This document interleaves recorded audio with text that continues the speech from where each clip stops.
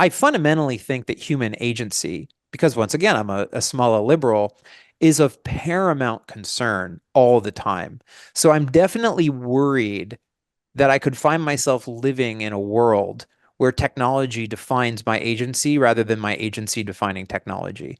I mean, what I read Davidson and Rees-Mogg saying in The Sovereign Individual is like, look, technology is just going to make the state and the welfare state impossible. So you're just going to have to deal with it. That's just what's going to happen. That's a Mhm. very deterministic view. They're basically saying like, look, I get it. Like 80, 90% of Americans want Social Security, but guess what? Technology is going to make it impossible because you're all going to have to be sovereign individuals.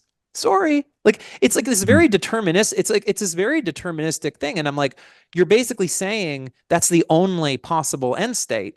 You're saying that technology will determine what is politically possible. There's something agency defying about that, right? Like Mhm. both at the individual level and at the collective level.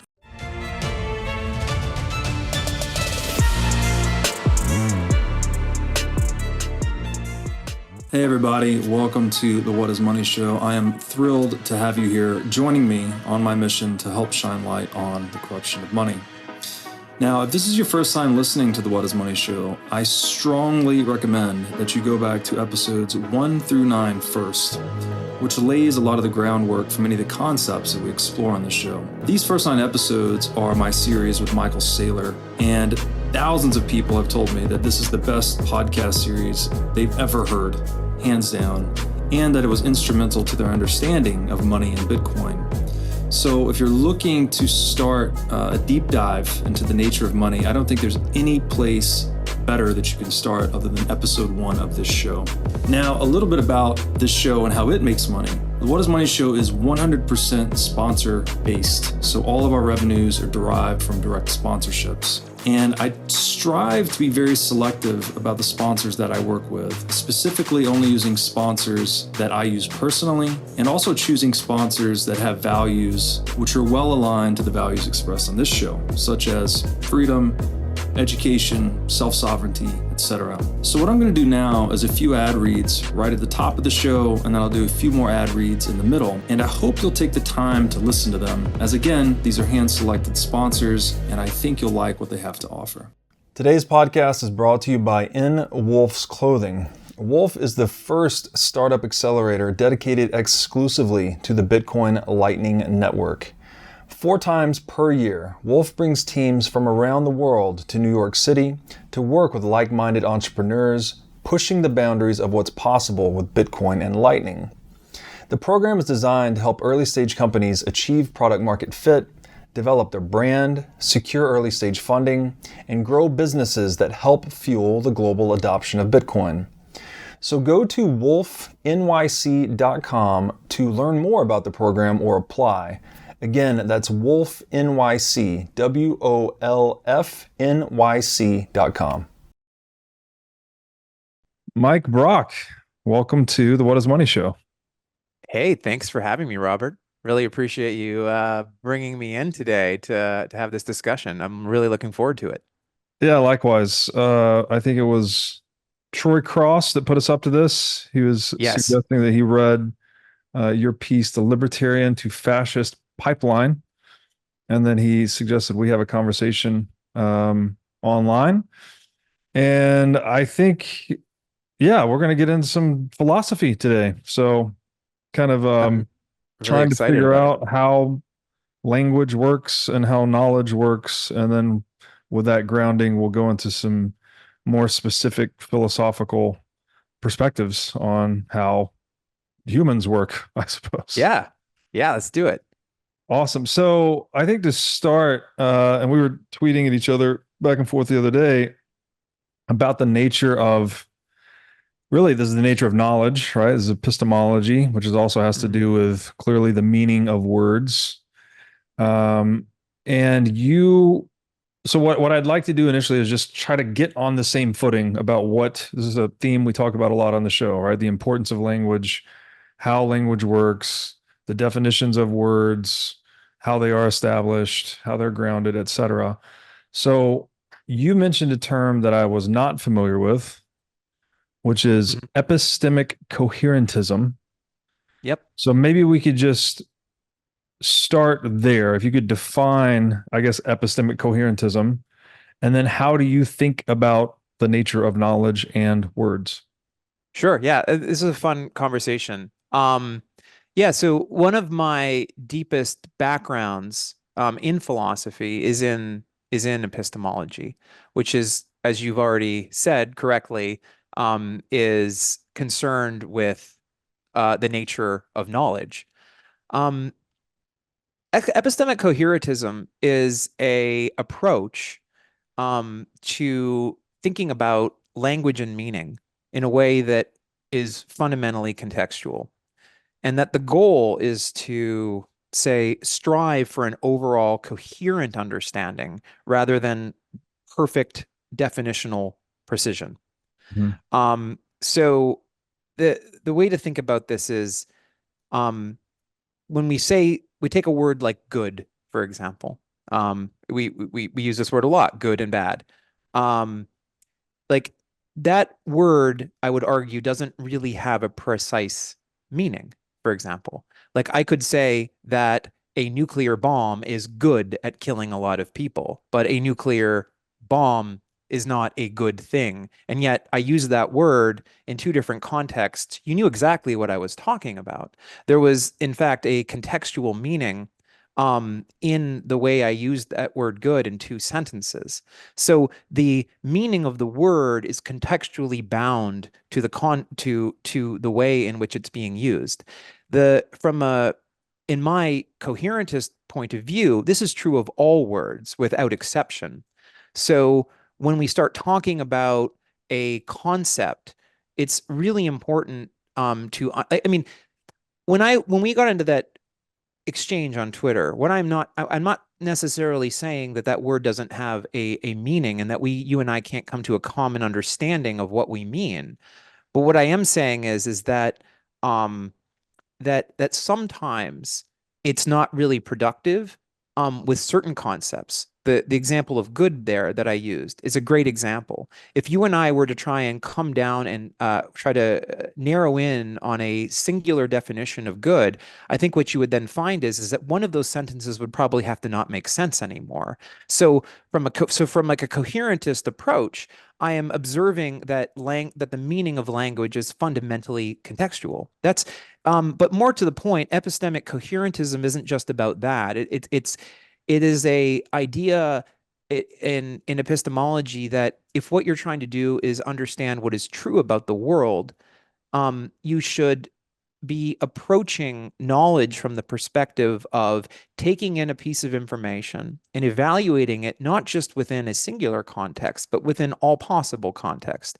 Does this piece of information make sense scientifically? Does it make sense ethically? Does it make sense socially? Does it make sense relative to my understanding of history? Does it make sense empirically? Does it do the facts I observe about the world cohere to like whatever that concept is? So a coherentist is fundamentally concerned with making sure that all of the notions and all of the different types of schools of thought all fit together in a coherent way, hence coherentism. That's what that Mm. means.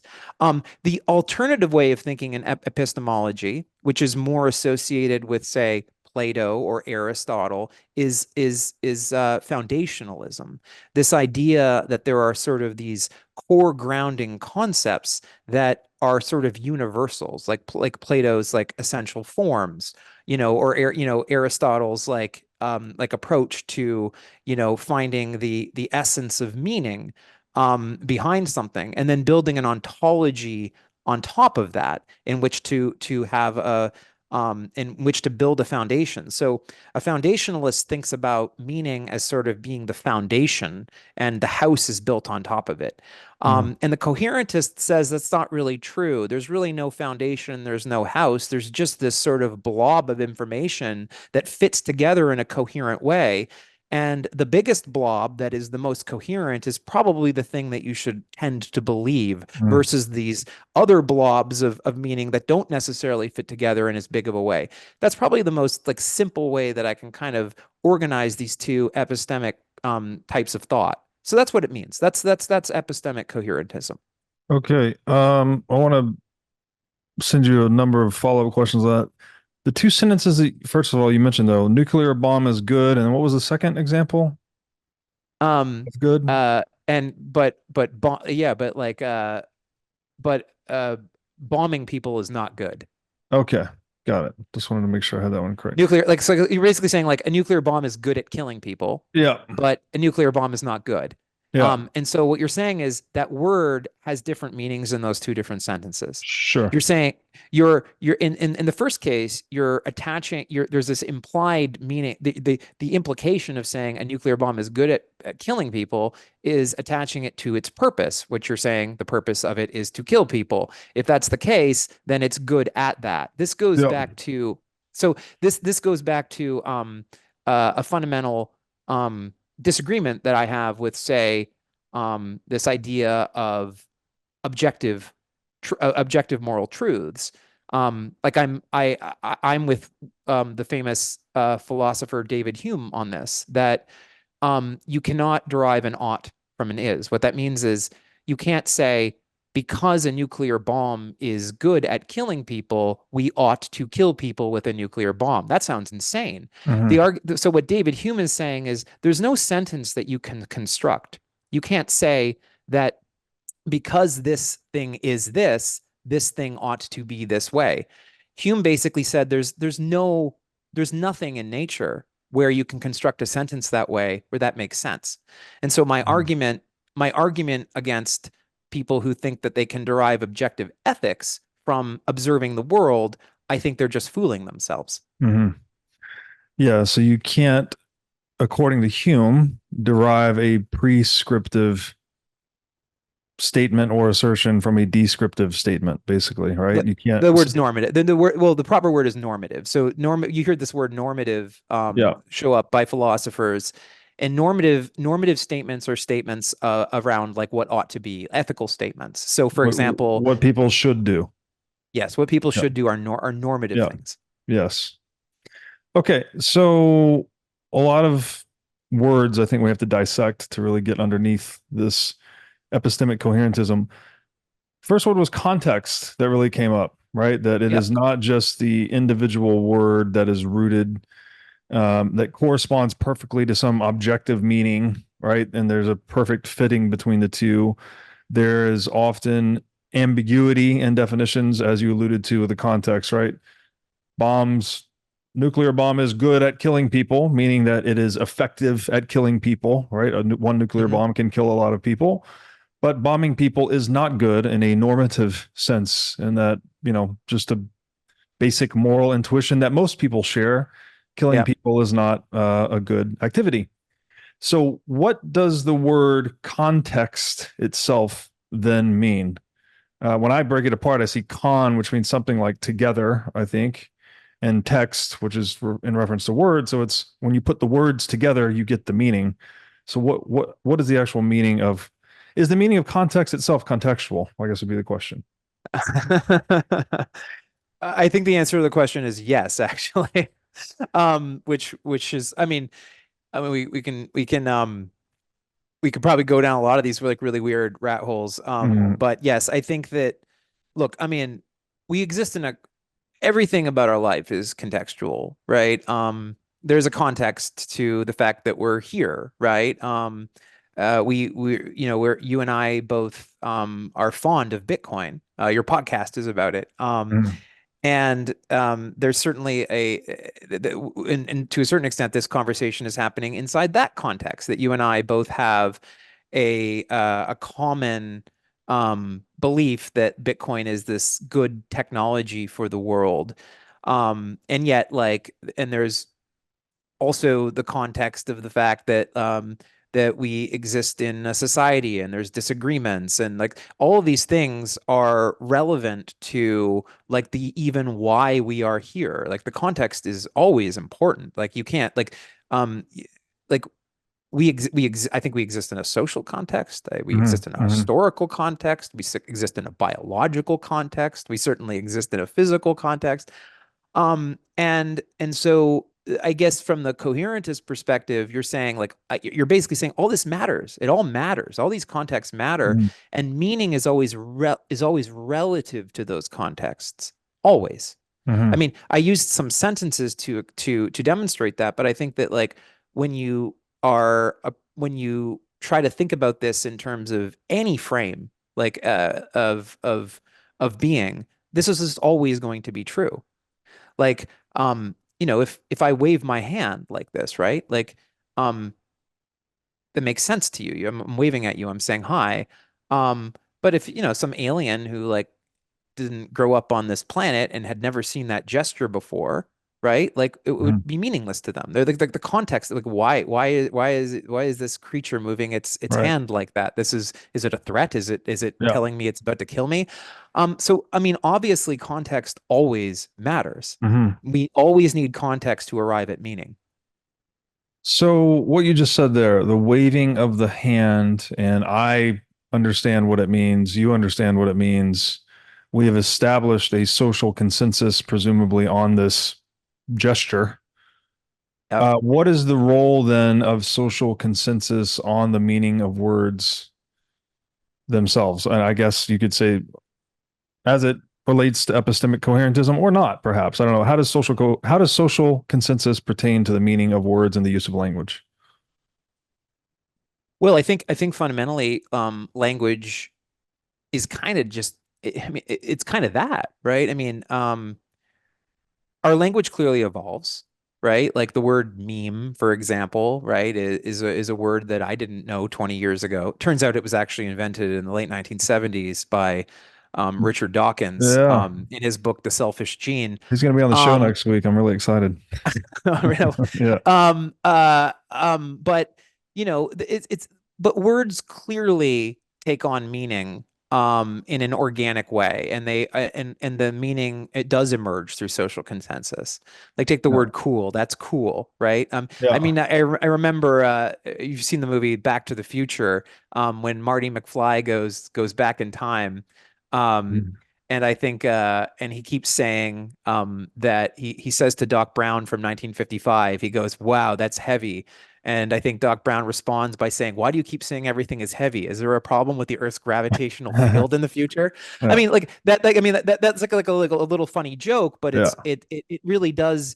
It does actually demonstrate the social contingency of language and how it isn't fixed and how it is contextual.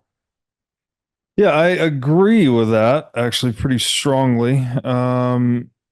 However, I still think the definition, how do you establish the social consensus on the meanings of words without their definitions? Like, I understand what you just said. Okay, obviously, you can use heavy in a colloquial way that someone might get in one era and not understand in another era because that colloquial phrase was not popular, perhaps, or not even Yeah. existent. But without, especially for rational discourse, I guess we zeroed in on that. How is it possible to have social consensus on the meanings of words without precise definitions? Well, I think that this is what coherentism is saying. The way in which we sort of like come to common meanings is by Mm, you and me taking an idea and then fitting it into like a broader framework. mm, And to the extent that like you and I seem to be agreeing about those frameworks, we're able between the two of us to recognize that we're saying the same thing mm, because we're using common measures at that point. So there is a dance, right? Like I mean, we see this all the time, right? Like I'm a former software engineer um and like engineers have all these words that we use that like mm, nobody who's not an engineer never uses, and they're like, what the mm, hell are you talking about?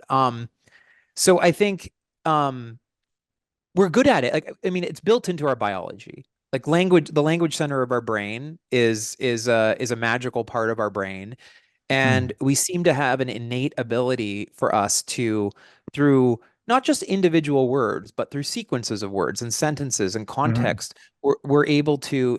We're communicating with each other right now, and I think you and I are understanding each other quite well. We're doing this because every word that you and I are saying to each other is like adding up into like a broader framework in our brain that fits into a coherent understanding of common meaning or common epistemology. mm, And and so it's not there isn't like a very simplistic, formulaic way, which you and I agree on meaning, we we narrow in on the same meaning by building up context together through our conversation.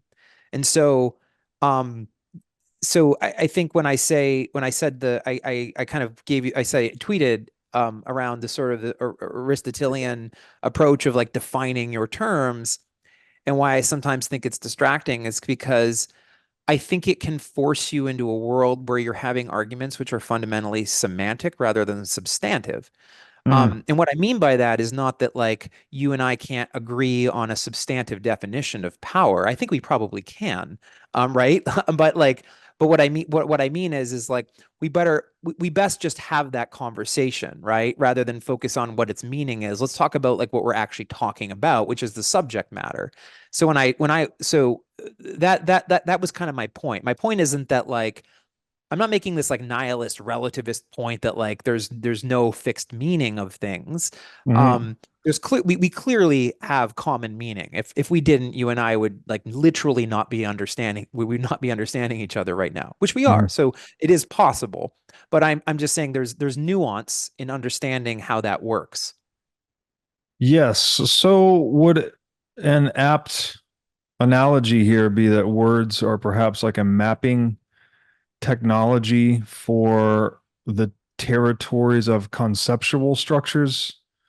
And so you're saying that there are underlying conceptual structures that we have. It's almost like the structures of our intelligence in a way, but Yeah. we're both running the open source software of English as an overlay to try and communicate portions of those conceptual structures with one another to see the extent to which they correspond or do not correspond.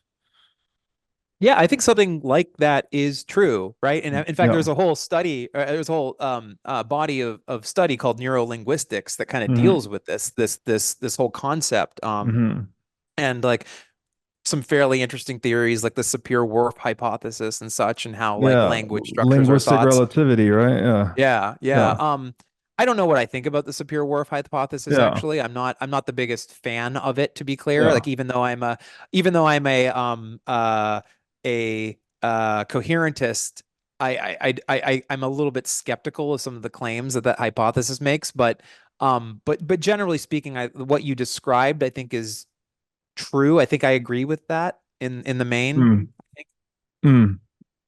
So there's still then, so maybe we can zero in on that term power because what I'm seeing here is that, okay, I hear you in one sense. You don't want the thing to degenerate into a purely semantic argument, right? Like, oh, let's just sit here and argue about definitions all day and forget about the substantive discussion we were having about ethics or whatever it may be. But on the other hand, precise definitions really sharpen your ability, or they give you a higher resolution ability, maybe to zero in on aspects of that conceptual structure that you're trying to share with another person. For instance, the word power, right? And this is why I asked about the word power, because I think it is one of those words that is painfully ambiguous, and people tend in modern world to just lean towards the political definition or understanding of Yeah. power. And so, from my perspective, as I understand it, not saying that this is an exhaustive list of the definitions of power, but I see at least two dimensions to it. There's physics, kind of like the physics definition, right? Energy Mhm. per unit time. So watts is like a measure of power. And then there's the political definition of power, which is the one people more traditionally invoke when they use the word power, which is someone has authority over you, right? Inside of it, a hierarchy doesn't have to necessarily be, um, a statist or bureaucratic hierarchy. Could be a corporate hierarchy, could be consensual, but there's still like, obviously there's company politics, right? People say this often. So there's, and you were saying that anywhere there's power relations between people, there is politics. Politics are Yep, involved yep. or I think that's the defined by definition. power relations. I And think so the that's the reason I definition of asked about the politics. definition of power is because if you invoke the physics, if you're invoking the physics terminology of power, well, then all human relations are power relations because we are literally metabolic engines putting energy per unit time to speak and think and move and all that. So that's why I was trying to zero in on that one. And so to the extent we could actually hash out the definition of power, we could get on a better footing to see whether or not our conceptual structures agreed about the nature of politics, if that makes sense. Sure. Okay, I'll define what I mean by power when I talk about. So, I mean, to restate what my definition of politics is. Politics to me is fundamentally around about like the dynamics of power relations. Hence our response to that tweet. And what do I mean by that? Power to me refers to the ability to influence or control the allocation of resources, opportunities, and rights and privileges within a society. I think that that's the definition that I would go with. And what I mean by that, by power. And I think that anything that deals with that more broadly is political. I think, and I think that the purpose of my tweet was to suggest that a lot of what people think is apolitical or non-political simply because they think that that view is broadly held makes it not political. Like, for example, people will make the argument that um, they think that when you say something's political, they think you're saying that it's partisan or it's controversial, implying that that's what makes something political, like only if it's contentious or if it divides people along ideological lines. I think that's a very narrow conception of what politics is. My argument is that politics is an encompassing of all the ways that we negotiate power and make collective decisions that shape the conditions of our shared existence. Mm. And so, for example, like having a law against murder is something that almost no one disagrees with, but it's still a political position. Like you could imagine, I mean, not that I think you and I would both think someone was crazy for making the argument that we should legalize murder, but you could at least Well, we do, and some wars well, legalize murder, right? I Capital guess I get punishment is legalized murder. well, well uh, I must concede that point. We Yeah. do in fact we do in fact have dreamt up legal ways to kill people. So I Yeah. guess um definitely may have overstated that case. But I think you know what I meant when by that. Yeah. Which is the idea that just because something isn't controversial doesn't mean that it's not highly political. It just means that like most humans, if not all, share a specific political view, that we all agree that power relations between people, in this case, I think you and I would agree, regardless of our philosophical foundations, that nobody has a right to, um, you know, use like physical violence against somebody else for any other reason other than legitimate self-defense Right. or perhaps or the defense of others or the defense of some other broader higher level societal goal. And then we can kind of quibble around what that means, and that's probably when we get into like arguments about the justification of war or not. Yeah. But I think that like that's what I mean. That's what I mean when I'm talking about power relations. Okay. So then, are all human relations power relations? Because I'm struggling to think of anything that's not per that definition. I think so. I mean, I think that I mean, like even I'm a parent. I have two children. Yeah. And I certainly have power over them. Sure. There's that you could argue in some kind of, I mean, I'm not, I don't want to be like anal about this, but like, yeah, I mean, there is some kind of like people talk about office politics, for example. Sure. I don't think that's a wrong use of the word because Yeah. you're talking about like the different forms of power within the company. And so you'll say this employee is really political. Well, Um, I mean, yeah, exactly. This person is trying to um, position themselves within the organization, and they're playing for power. they're And being so, yes, that's opportunistic. political. Exactly. Opportunism per your definition, right? Controlling opportunities, being opportunistic, something like that. Yeah. Yeah. So that's my point there. And so, and we need it. Like we wouldn't have a civilization without politics. We obviously need politics. We can argue around what the politics should be, what the institutions of our what our political institutions should look like. Should they be libertarian institutions? Right. Should they be liberal institutions? Should they be socialist institutions? I think I mean, you're more on the libertarian side.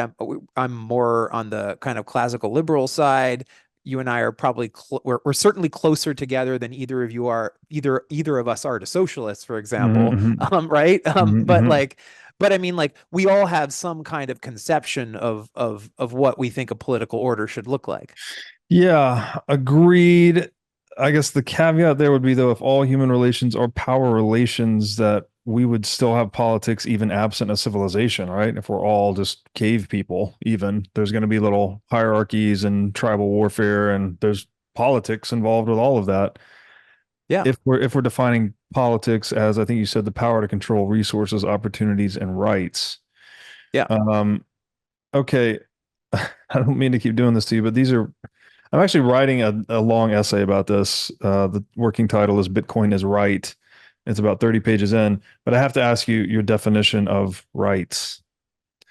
Because Ooh, that's a big one. That's a so yeah, it's I think as you invoked it, and correct me if I'm wrong, but you meant something like legal and or moral entitlement. mhm. The power to control legal entitlements, obviously the purview of the state, more or less. I think mostly more. But controlling moral entitlement seems to be much more difficult. That seems to be more emergent. So I'm wondering what your perspective is on rights.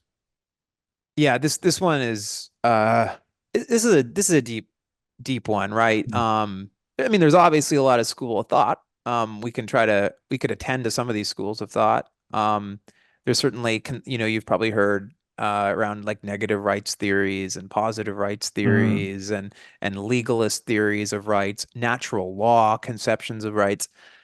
Um, and we can talk about all of those. I'm a like as I said at the beginning of this, I'm quite a big fan of David Hume. mhm, Kind of going back to that is-ought problem. mm, I happen to think that what we think about as rights are emergent. They're socially mm, emergent. I think they are things that we arrive at through our intuitions.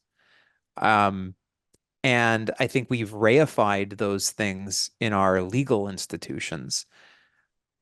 I'm not, I don't like to get into these arguments around whether rights are taken or whether they're given. I actually think that they sometimes are given and they're sometimes taken. I think mm, in the American Revolution, the rights were certainly taken by the revolutionaries.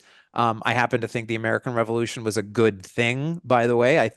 mm, I think that the idea of self-government by the people and the creation of liberal institutions was a seminal moment in human history. mm, And I'm glad that that happened. I do sometimes think rights are given though, as well, right? There are states that were formerly authoritarian, and some of them, like we see some of this in Eastern Europe. Poland, Portugal was a fascist dictatorship all the way up until almost the 1980s, and they peacefully transitioned to become more of a liberal society. And so, in that sense, the rights were kind of given rather than taken. I'm not terribly partisan around how people go about like arriving at a more liberal conception of rights. I'm a chauvinist about the fact that I think we should have more liberal rights. I think people should have freedom of speech. I think people should have the right to property. I think people should have, like I mean, I'm basically what the US Bill of Rights says. I think it mm, should be like at least like a basic framework for the world. I mean, obviously, the UN Charter also has a conception of universal human rights. Most of that stuff is pretty good.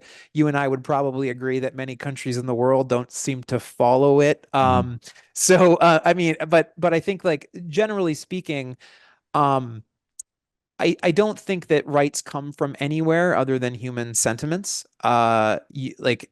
There does seem, I think there's, and we can get to, I know that you want to ask me about this article I wrote at some point, I don't know when you want to get to that, but I think this kind of conversation will probably lead us there ultimately. Um, but look, I think that rights are not I don't think they come down from on high. I don't think that mm, that rights are written in the stars. I don't think the universe cares whether we have them or not. I think the mm, universe will go on existing even if we wipe ourselves out in a massive nuclear holocaust. Mm-hmm. And there will be no moral or ethical court to judge us one way or the other. So I think that, we're kind of on our own in that sense. And to the extent that we have this concept of rights and this idea of individual autonomy, which I think is good. I want us to have individual autonomy. At the end of the day, I'm a small L liberal. I think individual autonomy is pretty important, to any kind of liberal conception of rights. But yeah, like I think ultimately we make that up. And by we, I mean humans. I don't mean like necessarily just Americans or you and me. Mm. But that's my stance on that. So they are arbitrarily generated, not discovered, in your opinion. I wouldn't use the word arbitrary. I would say I would use the word like I mean, look, I think that this kind of can sometimes I think get where I think the nuance is between like say like the nihilist and sort of like the moral realist, which I'm Mm. neither of these people. I just accept that we have a biological contingency that I don't know what it is about my human biology, but like when I see a young child crying, I think when any human being sees a young child crying, we can't help but feel like there's something wrong and that we should do something about that. I don't know what it is about our DNA. I mean, it's Mm. something in our DNA, our tribal instinct to protect Mm. our young for, I don't know, procreation reasons or whatever Yeah, is in there. And but from that, I'm able to extract like I mean, I think it's not so we always kind of make jokes how like, people tend to be like, what about the children? Well, no, I mm. mean, I think that comes from like a biological contingency. Like Of course. it really is built into us, like in our DNA, to take care of our children and to Right. want the best for our children. And I think that's where our concept of morality comes from. That's what human called our moral sentiments. They come Yeah. from, you can call it our heart, you can call it our brain, you can call it our DNA, whatever you want to call it. That's Yeah. where it's coming from. So property is coming from that then? Just a moral intuition about ownership?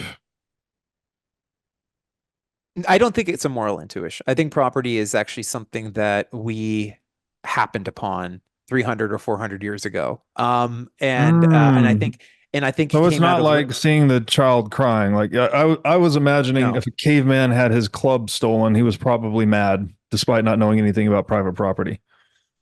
I think you'd be surprised. There's been a lot of anthropological research into this. Like for example, we know that Native Americans and Native Canadians um, didn't really. You've heard this term Indian giver before, and Mm. where that actually came from was from this tended.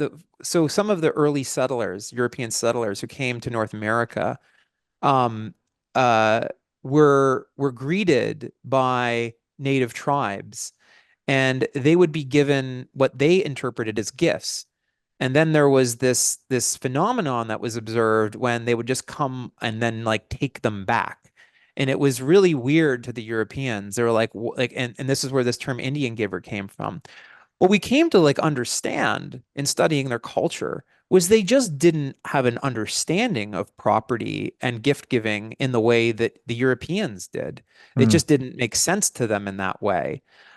So it turned, and so this begs the question, and certainly begs the question for me, that property rights, as we think about them, are some sort of natural phenom that comes out of our biology. That doesn't seem to be the case. It seems to Mm. be the case that in the liberal enlightenment, when we started really recognizing the potential for individual autonomy and free exchange and enterprise with especially within the industrial revolution, it seemed that there was certain advantages that could be gained from protecting property rights, and by doing so, we were able to unleash economic forces that humanity had never seen before. And so it was more, I think, that society realized that property rights were useful for economic prosperity. And I think that that's true. I continue to think that that's true. I think that property rights are a very useful construct in our civilization. Um, but I don't think they're the same as say the sentiment that we might have about a children crying. Mm. I think it's different. I think it's a little more high level than that. Hmm. I view it. as much deeper. Like if it's I view it as the social institutionalized form of territoriality, basically. If go whack a beehive with a stick and see what happens, right? They're protecting their property, right? Go and put your hand in your dog's bowl while he's eating. He might bite your hand, like you just it's I think organisms, especially social organisms, tend to exhibit territoriality, and us rational animals have just put that into a social institution and made it granular to the extent of the individual, which I agree there's a discovery that took place there once we figured out, oh, if we individualize private property rights, because there was a time when we didn't have individual private property rights. We had kind of like a patriarchal property rights, right? Like the father could literally kill his daughter in the street, and that was perfectly legal because he owned Mhm. the family and owned all the property. But then, post Christ world, we got to this individual private property rights, which turned out to be very useful for the division of labor. But I guess that would be one place of disagreement for us. Is I think this is a Yeah. very essential Darwinian dimension of organisms that they like to protect property, territory, whatever word you want to associate here, resources that feed them or give them the ability to reproduce, um, or otherwise enhance their ability to replicate their genetics across time. I think property is something that's very deep in that sense. Forget multivitamins and other supplements. Animal organs are the most nutrient dense foods on the planet. You can get 100 times more nutrients from organs than you can from muscle meats. But the problem with eating organs is that they are difficult to find in stores, they are difficult to prepare, and even when they are prepared well, they often don't taste great. Thankfully, Heart and Soil Supplements has made consuming organ meats so much easier by providing powderized organs in capsule form. Organ meats include everything your body needs to thrive: vitamins, minerals, peptides, proteins, and growth factors. This is why organ meats were the most prized foods for our ancestors. Fortunately for us, Heart and Soil makes these treasured foods easily accessible. So go to heartandsoil.co today and use discount code BREEDLOVE to get started on your journey to optimal health and vitality. Again, that's heartandsoil.co, discount code BREEDLOVE. Over the past 9 years, I've been going through a pretty serious struggle with my personal health. It started with a sharp pain and stiffness in my hip after a lifting injury, which I later learned was related to some pretty extensive inflammation in my gut. Then I developed an autoimmune issue, and soon I was having joint pain all over, skin irritations, and all kinds of digestive issues. I visited many doctors trying to figure out what was wrong, but none of them were able to help me fix any of my issues. I eventually started to see an energy healer with whom I had some limited success, but it wasn't until I started working with the biohacker Anthony DiClementi last year that I was finally able to start making real progress on my healing journey. Anthony spent a lot of time with me learning about my specific situation and worked with me to adapt a custom health plan to address my needs. Anthony has served as a personal biohacker for celebrities, billionaires, and professional athletes all over the world. Besides helping people like me overcome health issues, Anthony and his world-class medical team also help guys that just want to optimize their cognitive performance, guys that want to pack on some muscle, and guys that just want to get shredded. Anthony keeps a tight book of business and is selective about the clients he brings on. To apply for Anthony's biohacking services, text Breedlove to 847-943-7221. Again, to apply for Anthony's biohacking services, just text Breedlove to 847-943-7221. Okay, I wanted to ask you, God, there's a lot of places I could go here. So maybe we should stick with meaning for a minute. I have something I want to ask you about David Hume, but I will circle back Yeah. to that. Let's stick with like meaning of words, which is our initial thrust here. Mhm. Information. This is something we are presumably some type of substance or thing that we are communicating when we use Mhm. language. Information is not only communicated through language, we also communicate it with nonverbal things, right? We also, money is a huge tool for moving information through the price signal. What is information? How do you define it? What is the meaning of it? What is the substance of it? Um, yeah, I mean, so this is a fascinating topic too, right? There's in fact there's a lot of there's a lot. This is a deep one too, and can kind Mm. of actually get deep into physics and philosophy of science as well. In fact, there's a lot of schools of thought. I mean, information theory, complexity theory. There's a lot of really interesting research being done into these sorts of things at the Santa Fe Institute in New Mexico. Mhm. Um, uh, but we don't have to get too deep and technical into that, even though it's a Oh, fascinating no, no, conversation. we're at the place. Go as deep as you like. Right. Whatever suits your All right. purpose. Yeah. But so look, I mean, what I would say is this. Look, if I can just supplement the word information for knowledge with the word knowledge for a second. I'll come back to information. I think there's a nuanced difference between what I think information and knowledge are. And I'll try to define my terms there for you, and Mhm. when we move Thank forward. you. Um, And maybe but distinguish from data as well if there's another difference there. yeah. Mhm. Look, I think there's two types of knowledge that we have as humans. They fit into two broad categories. One, we can call matters of fact. These are things that can be true or false and are subject to empirical interrogation. So, for example, if I were to say something to you like it's sunny outside, that's a statement of a matter of fact. Mhm. And the reason why it's a matter of fact is you can go outside and check. It's Mhm. something that you can fundamentally test. You can walk outside and Mhm. then you walk outside and you see it's raining and you're like, Mike, it's raining outside. You're full of shit, right? I probably shouldn't be No, swearing, you but can like, curse. That's fine. yeah. And so like that's a kind of that kind of type of knowledge is a matter of fact. And then there's another category of knowledge that we call necessary truths.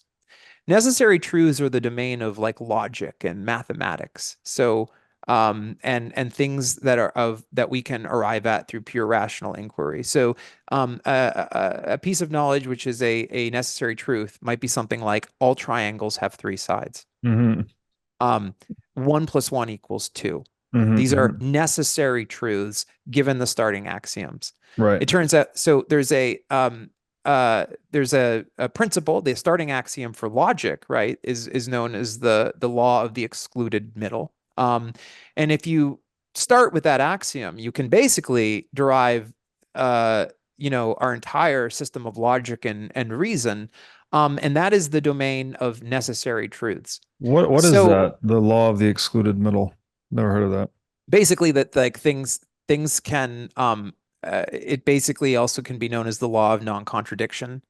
Ah, the law Um, of identity was well, right? yeah, yeah, Okay. yeah. Okay. So it's basically, I mean, it's actually a simple concept when you think A about it, but equals then A.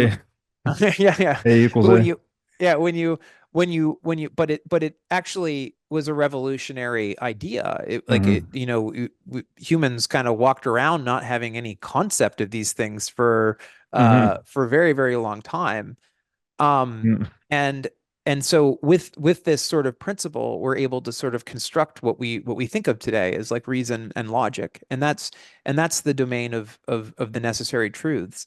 Hmm. Um, and so and this is also like what this is also you can actually line these up, and it's also the is and ought problems because what are is statements? Is statements are matters of fact, right? Hmm. And then within that, like this, you have necessary truths that can be derived from these is statements.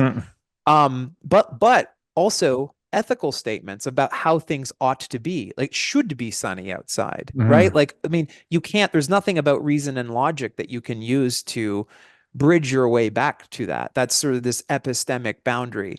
And so that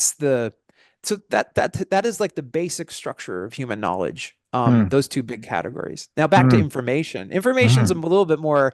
Information is interesting because in science, information theory Hmm. is, I mean, it entails the universe is filled with information, right? Hmm. An atom has information in it. Hmm. Every photon of light is carrying information.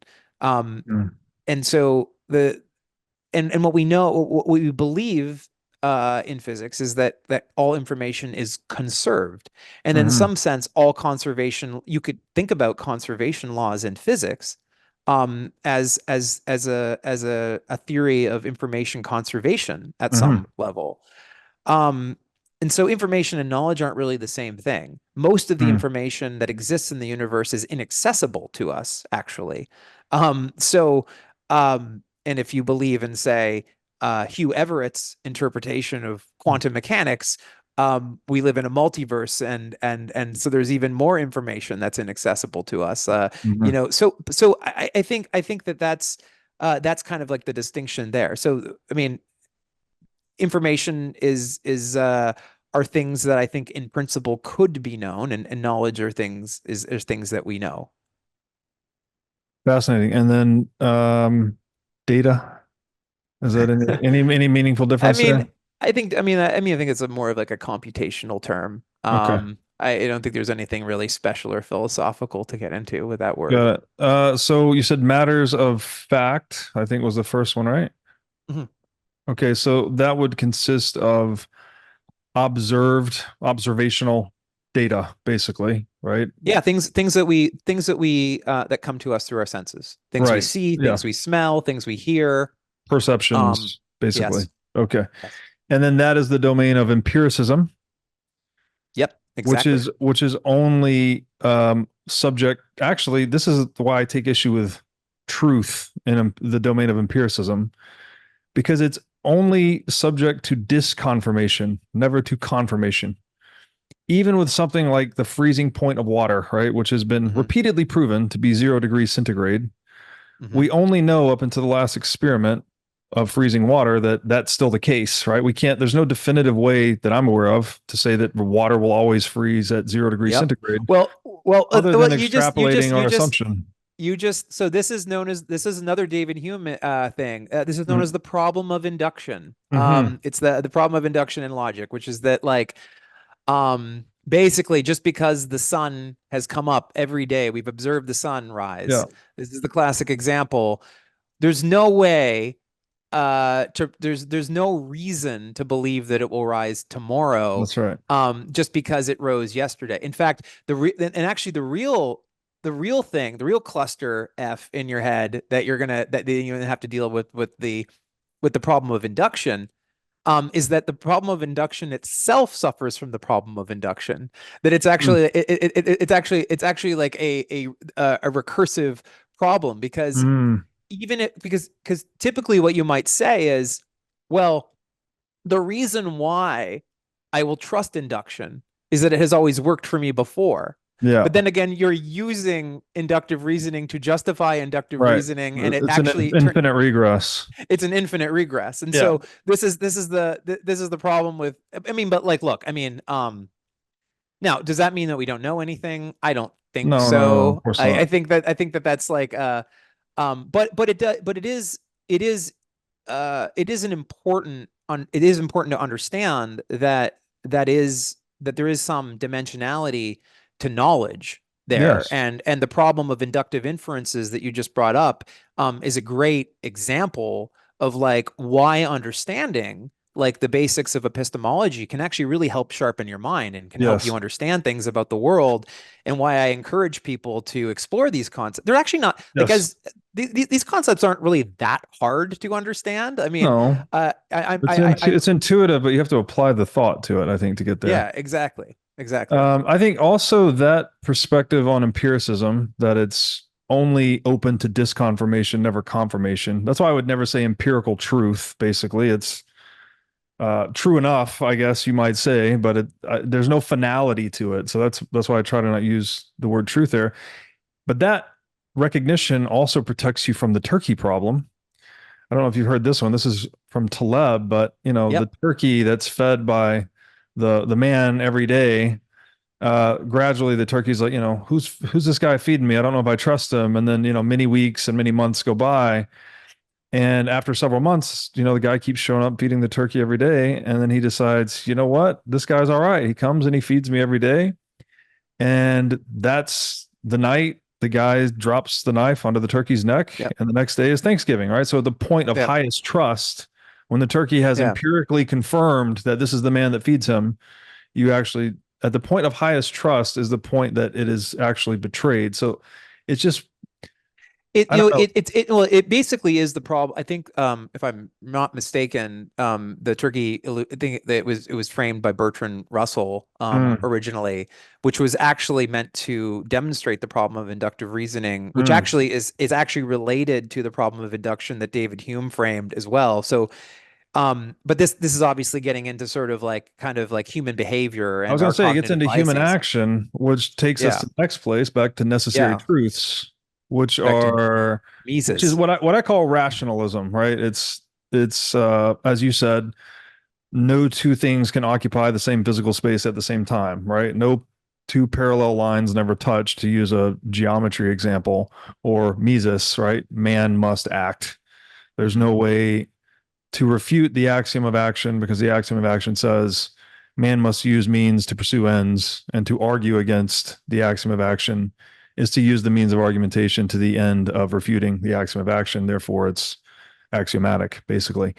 Um, what does that Which then? but I disagree that an axiom can be self-justifying. Do you disagree then with the axiom of action? Yes. Like I How, mean, what like I mean, what I is your think that means of refuting it? What is your means to the end of refuting it? that because I mean it's because I don't think that an axiom can justify itself. Like I don't think it's like self-evidently true. It um it sets out to prove its premise. Like it seems like it's a an exercise in sort of philosophical question begging, which is like from the perspective of what I said before, that you can't derive an ought from an is. I think that's what the principle of human action is trying to do. It's basically saying something that I don't think you can say about the reality of nature or human beings. In fact, I don't even think it's that hard to recognize how it could be practically violated. Like is somebody who is having a psychotic break um like still well within that wheelhouse of agency grounded in this principle of human action? Is somebody who is incapacitated, maybe they're not having the best day of their life, maybe they made a mistake. I mean, there's this really weird sort of uninterrogated um uh landscape of human agency there that I don't think is as clear cut as Mises thinks. And I know that there's been a lot of thought given to them. I'm fully familiar with Hans Hermann Hoppes' Mm. work on this as well, to try and develop a stronger argument, the praxeological argument here. But I'm completely unconvinced by it. And I've read all of his articles on how, I mean, he has written articles on how it solves the Izot dilemma. I don't agree with him. I'm not convinced by those arguments. Mm. Um, I just don't I just don't think it's a terribly compelling argument. Is it possible to refute the axiom of action? But what does it mean to refute it? Like, I Well, mean, like refute, what I guess disprove it.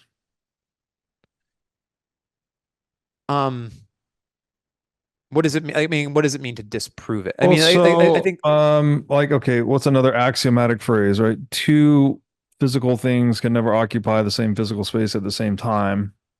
That is undisprovable, right? Because, well, so far as I know, no one knows how to accomplish that. Is there a way to disprove the axiom of action in a similar manner? well, I would actually claim that's actually, we know in physics that axiom's not true. We know that the Pauli exclusion principle in physics means that baryonic matter cannot exist in the same quantum configuration in the same state. But non-baryonic matter, certainly if dark matter exists, which they believe it does because we see evidence of it in our telescopes, Okay, uh, let's pick your example then. Triangles have three like sides. Is there a way to yeah. disprove that triangles have three sides?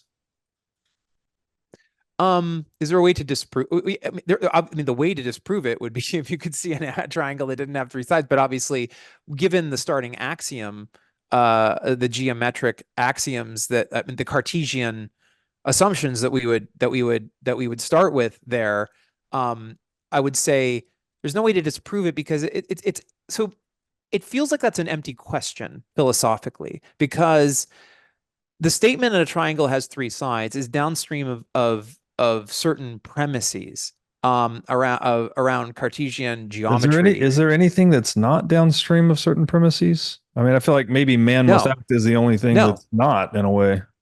But why must man act? Like, I mean, Well, people Mises like what defined is like behavior, as you probably know, as non-purposeful action, basically. So your case of the psychotic break or even biological reflexes where you're not purposefully selecting means to pursue ends. But it seems like in all normal cases of rational human being, right, whether it's thinking or moving through the world, you are indeed always choosing means to ends, right? We are aiming creatures. We always have a goal yeah. orientation, and we must choose the tools or means or instruments to go from A to B. And it's very difficult for me to formulate a case where that's not true, other than the few behavioral examples you've already cited. So, Yeah. So look, I mean, I think there is, I mean, to the extent that this kind of thinking has been interesting to me, um I would say that maybe like Sam Harris has the most compelling take on it in his moral landscape theory, where he sort of thinks about this, as a what he calls like a navigation problem mhm. in the moral landscape. And by the way, I'm not fully convinced that he has like dealt with the Izot problem either, but I actually think he probably does a much better job than Mises does here Mm. at trying to deal with this issue. Look, I think that like when you start talking about things like purpose, what a human like myself says is like, what does purpose mean? That to me that has there's what we might say normative embeddings in that word, right? Like for example, if you say like my purpose is to do what, like the purpose of survival or the purpose of taking care of your children, right? Like this begs certain questions, Mhm. right? Like why, like what are the ethical foundations that we're using to establish what purpose means in that case. And Mm. so a human like myself really gets kind of caught up when you use words like purpose because there has to be some sort of normative foundation behind the use of that word. And then I'm going to ask you like where those come from. And Mhm. then there's probably going to be normative foundation, there's going to be normative embeddings in those things. I'm going to ask you where they come from. And I think what you're going to find is they don't really come from anywhere.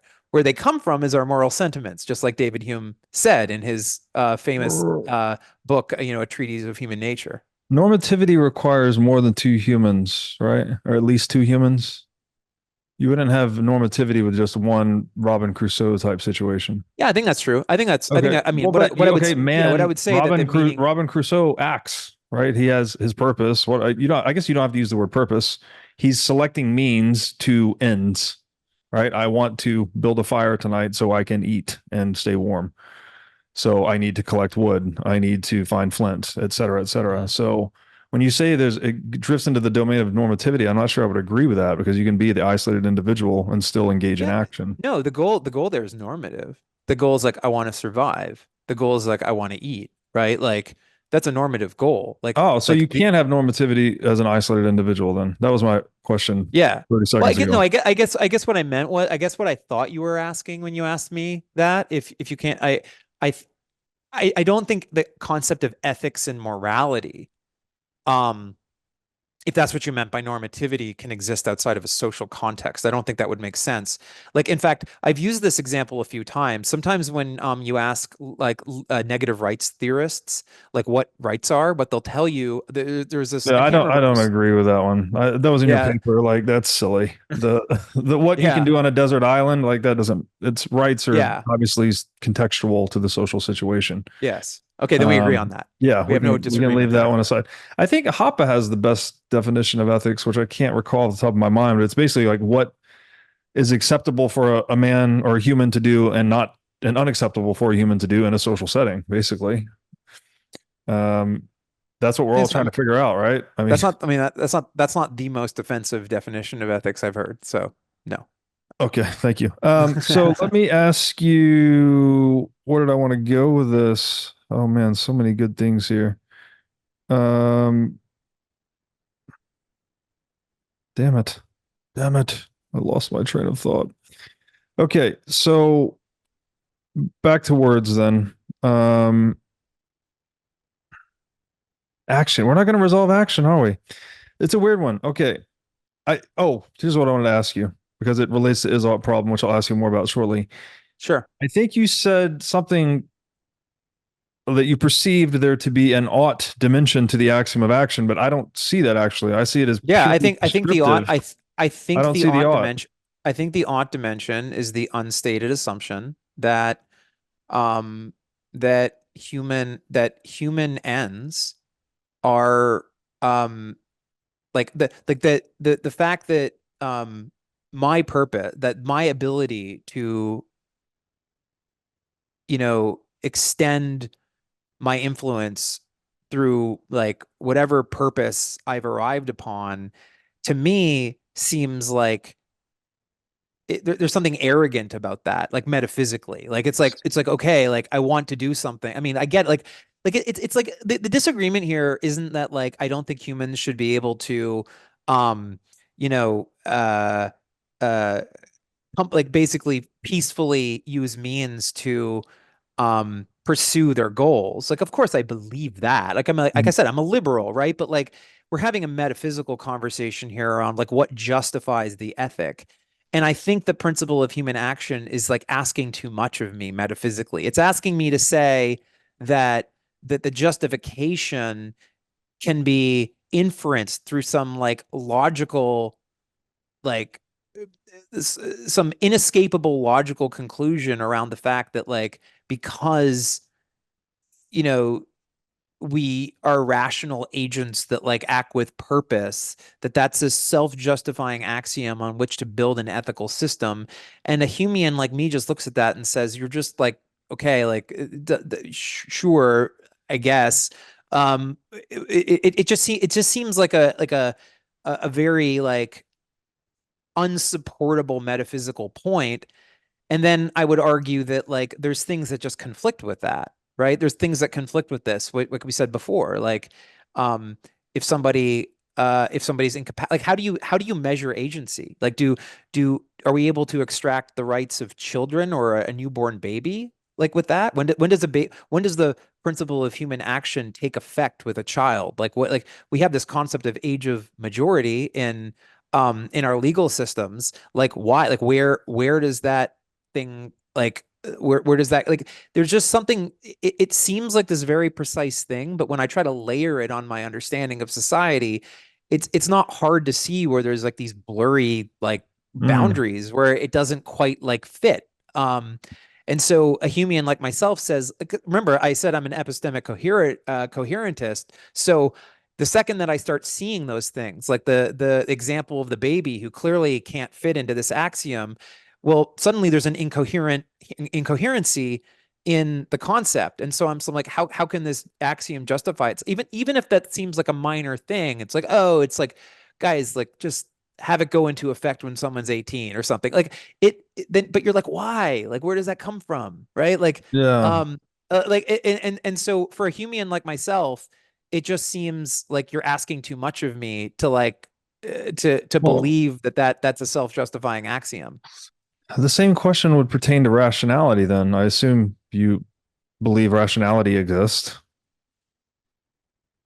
I well, I exists in the sense that yeah, I mean, I exist as a framework of thought. Yeah, Not just a framework of thought, but as a quality unique to humans that non-humans, animals don't possess. yeah. I mean, we're certainly reasoning beings. I agree Right. with So, that. but Yeah. children or the 2-year-old or the 3-year-old, they're not rational beings yet. I mean, obviously, we groom them and raise them in the hope that they will become fully rational adults. But where does that actually happen? Like, of course, that's sort of we don't actually decide, right? And it's not.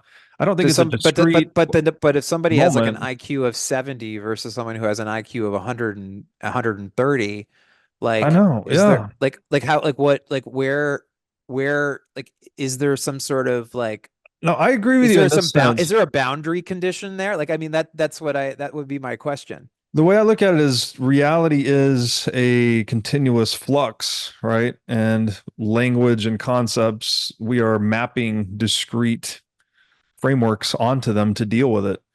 Um, However, I don't think we could just say human actions bollocks because children aren't acting, right? It's that'd be the same thing about rationality. We'd say, oh, well, rationality is bollocks because my 2-year-old throws a tantrum when I don't, give them cereal or whatever the thing is. So I don't see that one as a debunking. Do you subscribe to a substance metaphysics then? Is that you keep bringing up metaphysical? I'm trying to. No. Okay. Uh, I'm a naturalist, like, to the core.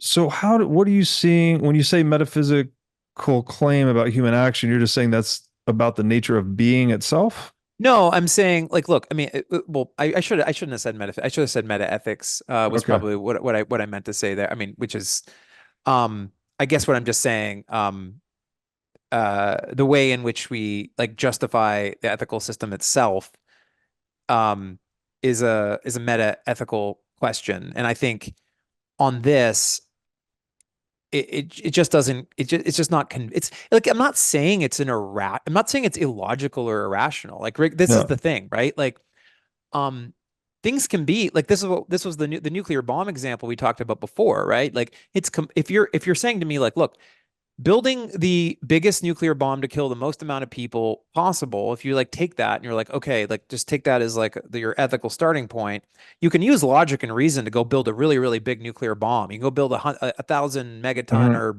million megaton nuclear bomb that will like end Hmm. human life on Earth, and logic and reason will help you do that, right? Hmm. Like, so, but my point is it doesn't go the other direction. And I Yeah. guess that's what I'm saying, is I'm saying the principle, the human action thing that Mises is doing here, and Hoppe is doing here. I think they're trying to do that, and I'm like, I just don't recognize at a meta ethical level that you can do that. It just seems unconvincing to me. I actually think your example is pretty convincing of human action because that ambiguity of the word good is contingent on the purpose of the person wielding the words or wielding the bomb, right? The nuclear bomb is good, which means effective at killing a lot of people.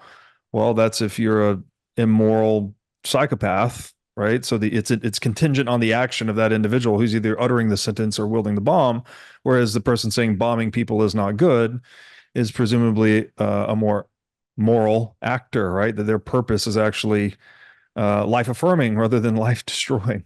So I think Well, human I mean, action sort of we glimmers do through know. even there.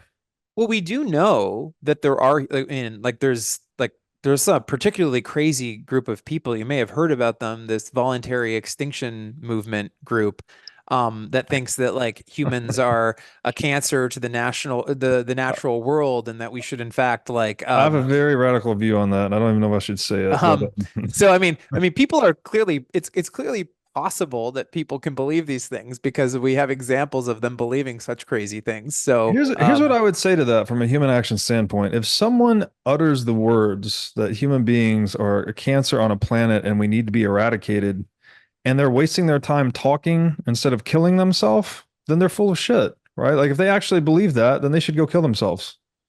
Because if they think I, human, am a cancer on the planet, why would you, and I need to be eradicated? Why are you still standing around talking? Like, go jump off the cliff.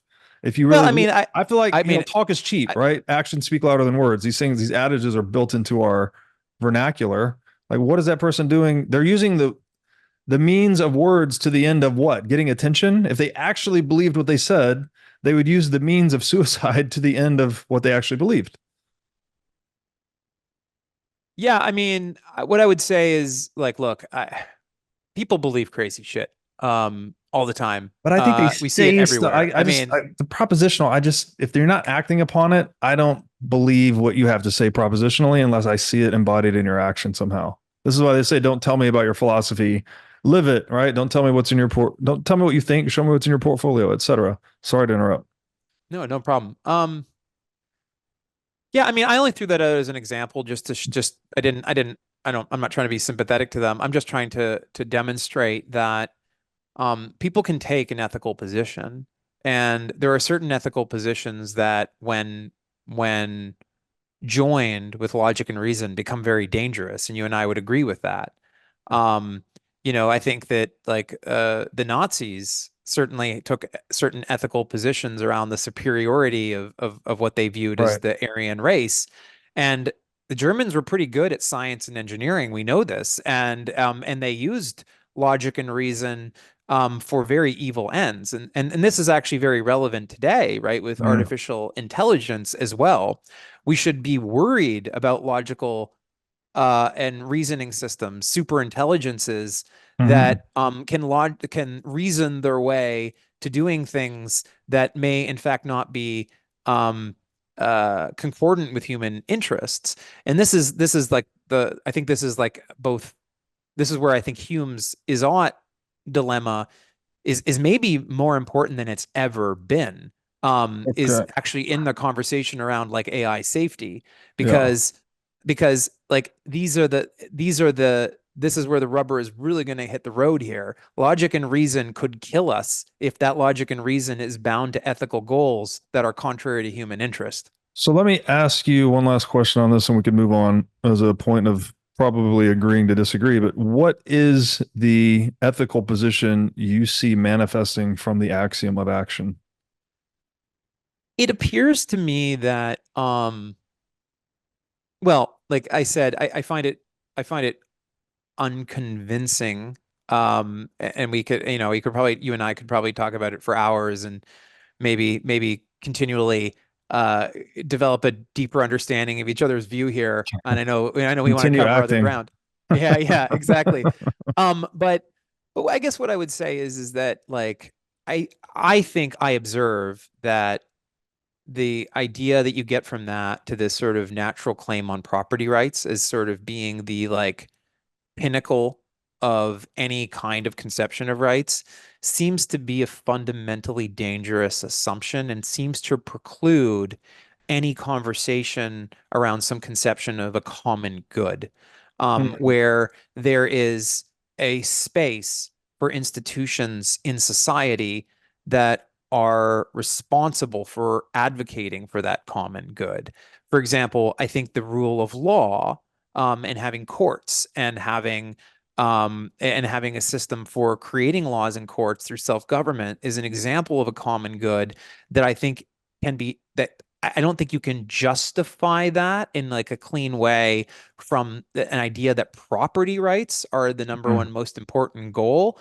In fact, I sometimes like I'm as I said, I was like I think before we started recording, that there was a time in my life I described myself as an anarcho-capitalist, and I was used to sort of talking about like mutual aid societies and private courts. And I mm, just think that when you try to like game this stuff out, it's hard to escape the conclusion that it just kind of seems to justify a kind of neo-feudalist view around like how the world should be, where there's no mm, claim on any common good, that everything is just fiefdoms and the mm, relationship between fiefdoms. And that doesn't seem concordant with human liberty in the end. It just seems like mm. a potential winner take all game. And that's like why I find this that's why like I find it a very unsatisfying ethical Mm. framework. I get that it's simple and self-consistent and people have these, people, I mean, I can't tell you how many times somebody has tried to explain voluntarism and the non-aggression principle to me like I don't understand it Mhm, or something. Like I mean I mhm. like I do. I mean I'm like very familiar with this Right. philosophy. Like right. I mean actually Robert Nozick is one of my favorite contemporary philosophers from the 20th century. I don't agree with him on everything, but I think he was a deeply serious thinker and Mm. really addressed very serious ethical issues around the role of government and state power. And I think people should take a lot of Nozick's thoughts very seriously. But like, yeah, I mean, I don't think it's that simple. I just don't. Fair enough. To put a button on it from my side, I would say the ethical position I see arising from the axiom of action is just that individuals are self-owned, basically. Um, and so I don't think that Yeah. precludes the Can I double click on that? Yeah. It's the place. self-ownership thing. Yeah. The self-ownership thing. I think this is an incoherent concept. I think this is a cognitively unstable concept. And what I mean by that is, um, it seems to, so I think what property is, this is what I think property is. We're going back to defining terms, I guess, is the fundamental right, the socially recognized right to exclude other people from the use or enjoyment of a thing. And to Um, include, you can market your goods as well via property. no, but I mean, I think the right to exclude is the only part of the thing that matters with property. Because like of course, like Yes, you can choose to not exercise the right to exclude somebody, in which case you're including them. that's But right. like but the right to exclude them seems to be the fundamental the fundamental aspect of the concept that gives property its meaning. And so what I would say is that it doesn't make much sense to talk about property from a self-ownership stance. And actually, I think this is where the desert island analogy that you agreed with me on comes into play here, because what would property even mean if you were the only person in the world? Like you certainly That wouldn't you could you still move your right arm and you could still move your left arm. Like you still control your body, right? but You how own is it, that you control but it. how is property a useful concept there? Well, I mean, it's a I social can possess my body. institution. So in the absence of social, there's no purpose for the institution, so it probably wouldn't exist. But I Yeah, don't. it seems to me that property is a social concept, that it only Yeah, it's a matters. social institution. That's what I said at the beginning, in my perspective. It's a social institutionalized form of territoriality. But if there's no other humans, well, then you have all the territory, basically. Then what does self-ownership even mean? It just seems like an empty concept. It's not Uh, communicating any useful idea in the world. Like it wouldn't even well, make sense to you. Like if you tried, why is rape a bad thing? well, I mean, is bodily autonomy and human dignity are those the Yeah. same thing as property? I wasn't even going into property yet. Obviously, private property by some theorists is an extension of individual self-ownership. So you're sort of front running me on that. But I was just going to say the only ethical thing I see arising from the axiom of action is individual self-ownership. Like we're individually choosing means to pursue ends. And in that choosing, that involves our bodies and our minds, our means to an end, right? Yeah, I just think that there's like a category error happening here because like it seems to me the concept of property belongs in this category of concepts that are political.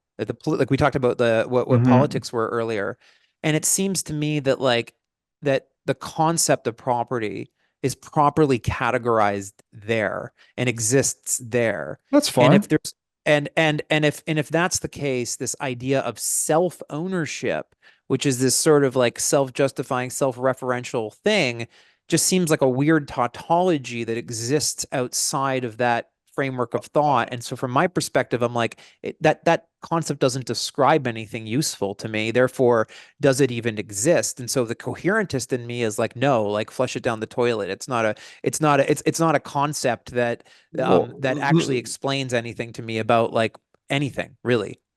yeah, I mean, until someone's trying to like forcibly inject you with something and you want to exclude them from the use of your body, right? I mean, that's when I think these things matter. You may say you want to flush it down the toilet conceptually, but I think in the enacted reality in which we live, the political reality, if you want to use that term, there Mm. might be a time where someone's trying to make use of your body that you want to forcibly exclude them from. And all of a sudden you'll be like, hey, you know what?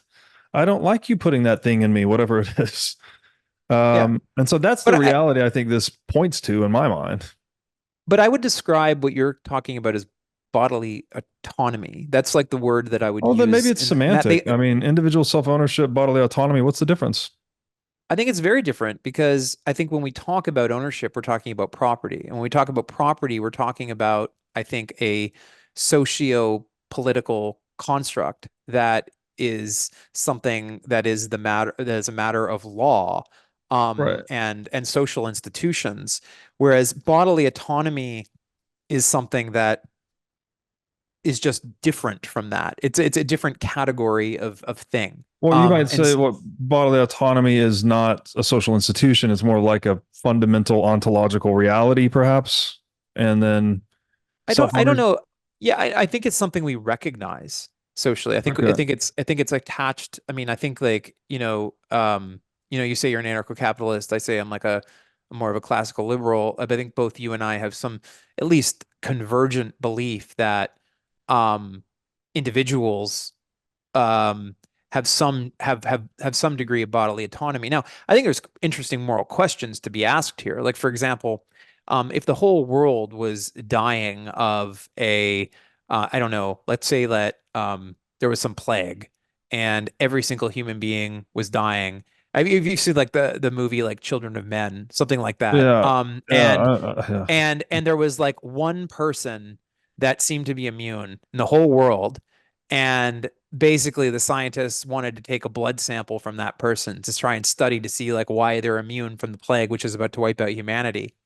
There's a question like, would we have a right to hold that person down for 30 seconds and take a small blood sample, not to kill them or not to hurt them, just a little Well, pinprick?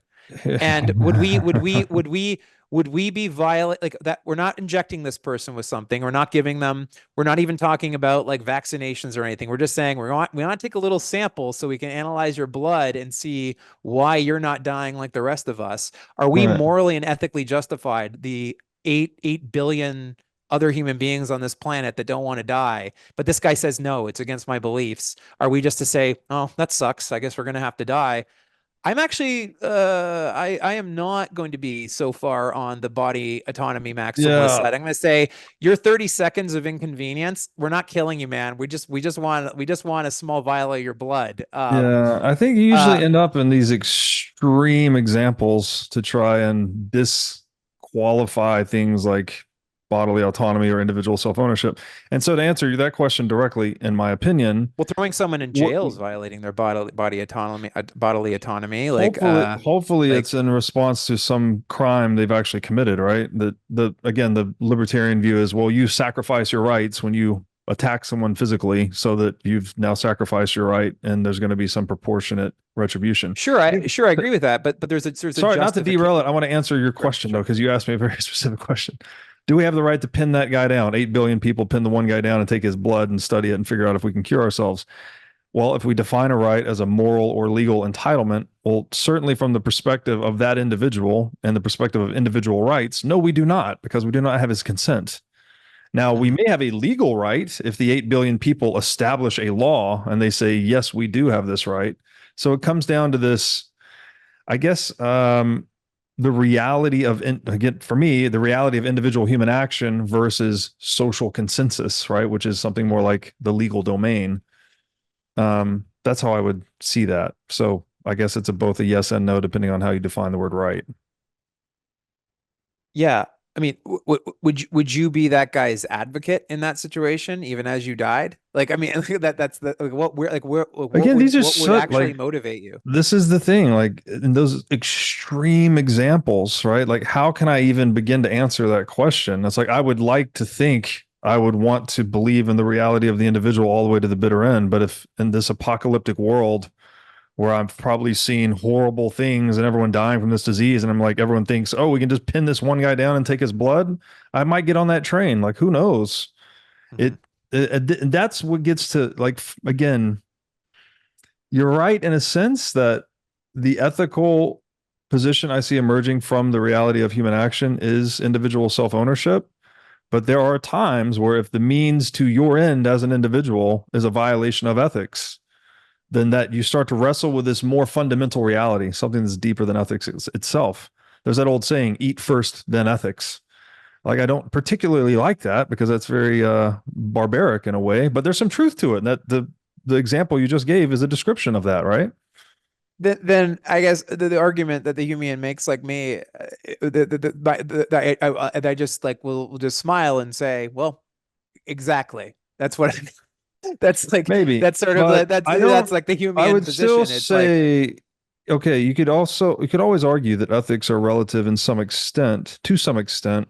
The next question will go into this actually. So to yeah, sure. finish what I was saying about the axiom of action, I don't think it precludes the formation of social institutions, as you were saying. Like, not at all, actually. I think the view there would be just don't base them on coercion, right? Let it be based on consent. We can form whatever structures, social structures, institutions we like.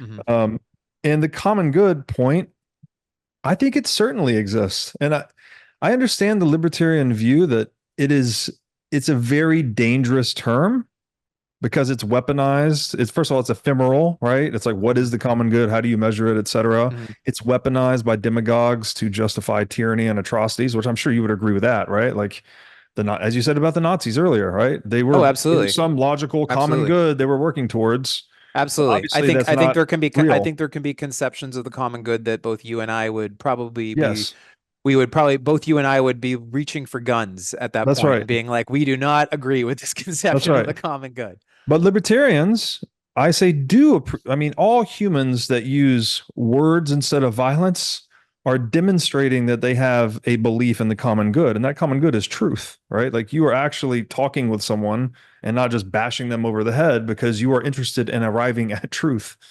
So that is a Yeah. common good that we can all appreciate. I'd like to thank my friends at Swan Bitcoin for their long-standing support of the What is Money show. Swan's mission is to help millions of people get into Bitcoin, so they built the best solution to set up recurring Bitcoin buys and automatic withdrawals into cold storage. With the Swan app, it takes just 2 minutes to sign up and start buying Bitcoin. If you're a new customer, you get $10 in free Bitcoin for signing up, and the first $10,000 of Bitcoin you buy incurs zero fees. If you're an existing Swan customer, then the next $10,000 of Bitcoin you buy now incurs zero fees. So if you love to recommend Bitcoin to friends and family, then Swan is the best place to start. So go to swanbitcoin.com/breedlove to get started today. Again, that's swanbitcoin.com/breedlove. Are you sick of being robbed by politicians through inflation and endless money printing? If so, you need to be at Bitcoin 2024 in Nashville, Tennessee on July 25th through 27th. As the largest Bitcoin and Fintech conference in the world, Bitcoin 2024 stands as a beacon of monetary freedom, a glimmer of hope amongst a darkening macroeconomic backdrop. Top speakers, companies, and thought leaders from across the industry will convene in Nashville to look ahead to the next year and beyond. I will be there, and Bitcoin conferences like this have become my favorite place to socialize since becoming a Bitcoiner. Ticket prices will increase soon. Get your tickets now and secure your spot at this game-changing event. So go to b.tc/conference and use discount code BREEDLOVE to sign up for the Bitcoin 2024 conference. Again, that's b.tc/conference, discount code BREEDLOVE. David Hume, who you have repeatedly said you are a Humean, you I am. Very famously much so. said, very famously said, and I guess this is an unsolved conundrum that he presented, that what you said earlier, you cannot get an ought from an is, right? You cannot get a should from a what, something like that, right? You can't describe reality and then derive what you should do about it from that description. And this is the domain of ethics, it seems to be, right? Like we can't do that perhaps, but we need to, because we need some ethical framework to guide our, right, a way to incentivize certain actions and disincentivize other actions, or at least if not incentivize, at least develop a framework for what is acceptable and what's not acceptable in a social context. Medical ethics. Medical ethics. Okay. Bloodletting.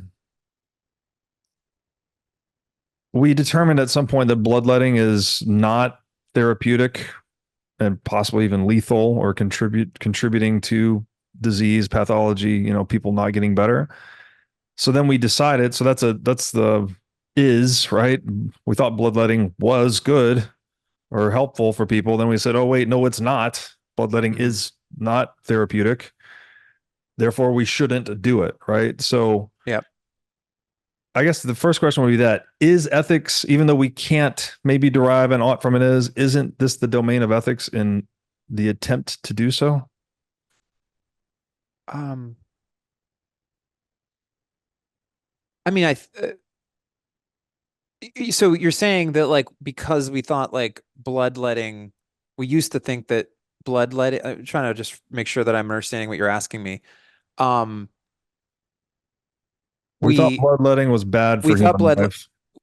We thought it was what? We thought it was not, I'm sorry, we thought it was useful for human We thought life. it was So we did useful. it. We thought it was, yeah, we thought it Then was a we, useful way of curing disease at one point, and then came to realize that it was in fact like pseudoscience, and we don't do that anymore. that's right.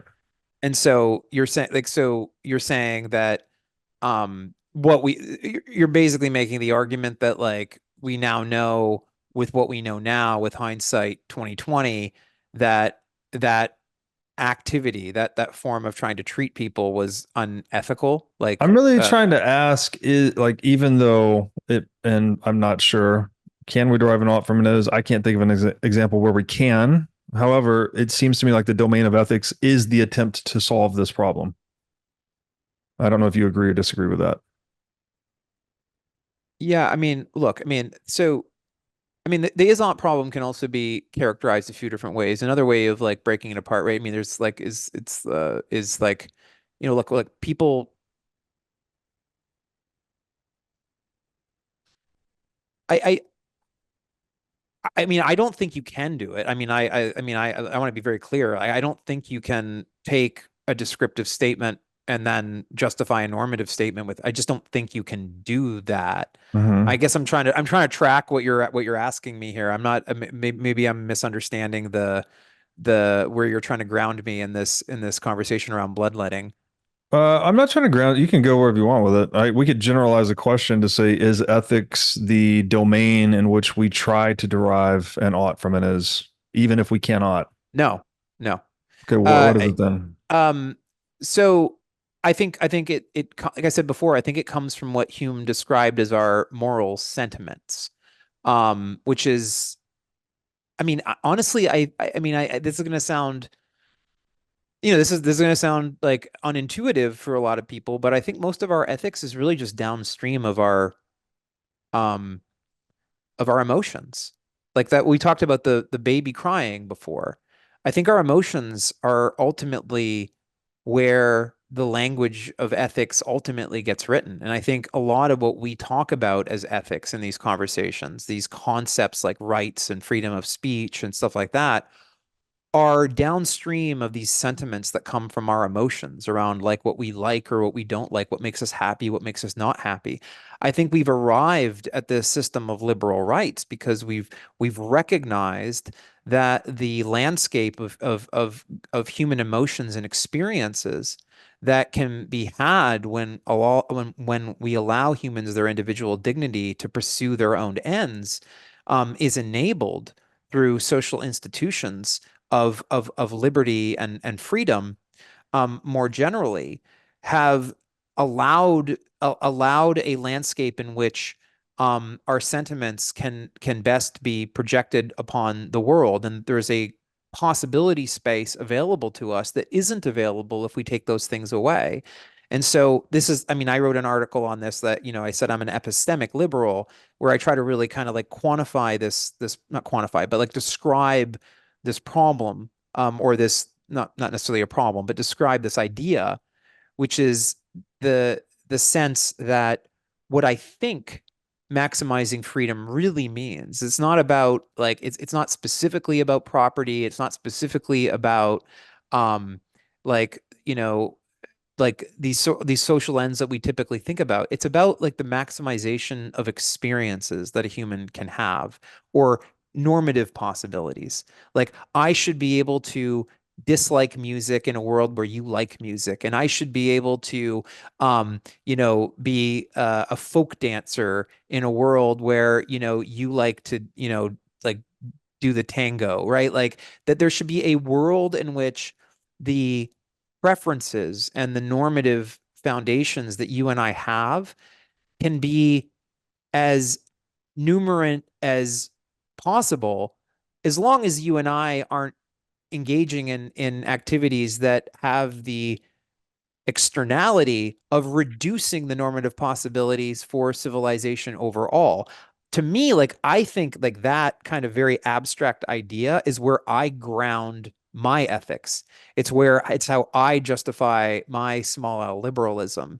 I mean, and it's also like how I justify my belief in Bitcoin, right? Mm. We haven't even talked about that on this, but I mean, that's like generally like what I think. I think that like the the possibility of experience and to have and to live in that emotional landscape where happiness and joy and contentment and like and the full sort of experience that a human can have is something that we should try to maximize. And Okay. anything that I think decreases that is something that we should be highly skeptical of and have a lot of questions about. So, what is the difference, if any, then between, I hope I'm saying this correctly, maximizing the normative experiences possible by individuals and life, liberty, and property? Like, what is the difference between those two? Because it strikes me as like the same world. If we Well, one, actually respect life, liberty, property, we create that world you just described. well, access to education could be an example of this, right? Like you could argue that this is like, I Sam Harris kind of frames this, I think, pretty well as well when when he tried us to talk about in his moral landscape, um, with the question of sort of you know, like people don't know what they're missing, right? If they don't like he kind of frames it this way, right? If you don't have an education, if you don't have a basic education about the world, if you don't even know what a scientist is, or you don't know what a rocket ship is, or you don't know what Bitcoin is, like if you're completely closed off from these possibilities, then the possibility space that you live in, the normative possibilities that are available to you, simply by the very fact that you don't know about them, certainly reduces the landscape of experiences that you could possibly have. I actually think this is a pretty good justification for having some minimal investment in public education, for example. And we do, Uh, it turns out. okay, so you would then advocate for the violating of life, liberty, or property to fund access to education. I don't think, I mean, if we're having a conversation, if I think like taxation is like theft in the main, like I don't necessarily agree with that proposition. Mhm. If that's where you're going with this. So I mean, how do you, if you're going to fund access to education with public spending, how are you accomplishing that? I don't object to the way we do. In the United States, we mainly do that at the local level through property taxation. I don't think that's the most terrible thing in the world. If you're asking if that's what you're asking, I mean, look, I think that like I think that public goods and public institutions, in fact, increase overall wealth, and there's good evidence this is the case. Mm. So I believe that doing that increases normative possibility. And we can talk about like how shitty our education system has become in this country, and there's a lot to talk about there. I think a lot of our institutions have become corrupted, quite Mhm. frankly, and are in deep need of reform. But I mean, we're talking about these ideas at their abstract level. I think in theory, um, the evidence is, I think, that the fact that this country educated its entire population had a lot to do with how prosperous its 20th century was. And I think there's good Mhm. evidence to believe that's the case. And we see this when we look at other countries around the world that have basically no public education, and we see that they're stuck at low levels of the value added ladder, the development ladder as nations. I do think education has something to do with that. And we don't really spend that much money on it, really. It's a Mhm. small investment, I think, for a pretty big payoff. Now, I think you and I could probably get into a conversation around like whether or not there's been ideological capture of those institutions, Right. things like that. And there's certainly like matters of concern there that like and you and I might share some of those concerns. But I think in the main, I think education is an example of something which increases those normative possibilities. It certainly doesn't decrease them. So, uh, I don't think I agree with that. However, access to education, Hmm. that's an ought, right? We ought to do that. How do you ground that? How do you ground that ought? Well, I already said, I mean, I'm saying that I'm choosing that I real like look, I do think that at the end of the day, because I agree with Hume that there is no objective ethics, that there's only subjective ethics at the end of the day. But what I would note here is that and by the way, this is, I'm aware, obviously you can probably tell I'm fully aware that I'm about to make an argument which is going to sound like an appeal to the majority, which I agree, which I will pretextually admit is not a logical justification for it. But what I would note is that I think most people today on this planet tend to think that provisioning public education is a good thing. And I would observe that based on what I had said before around like how I think ethics come from our moral sentiments, to the extent that like most people have this moral sentiment, I guess I'm just saying in my Humean way, I'm okay with that, right? Mm. Humans are the authors of our own of our own ethical landscape. And to Mm. the extent that and to the extent that we believe that, then I'm okay with that. Okay, so I think we need to get below the surface of ethics then and say, what is the role of technology or technique in moral sentimentality? Can you say that one more time? What is the Sorry, I'm not sure role I of followed that. technology? And then I sort of broadened it to could also be technique, you know. Let's go with Hmm. techne, ancient Greek techne, which involves all Hmm. of the above.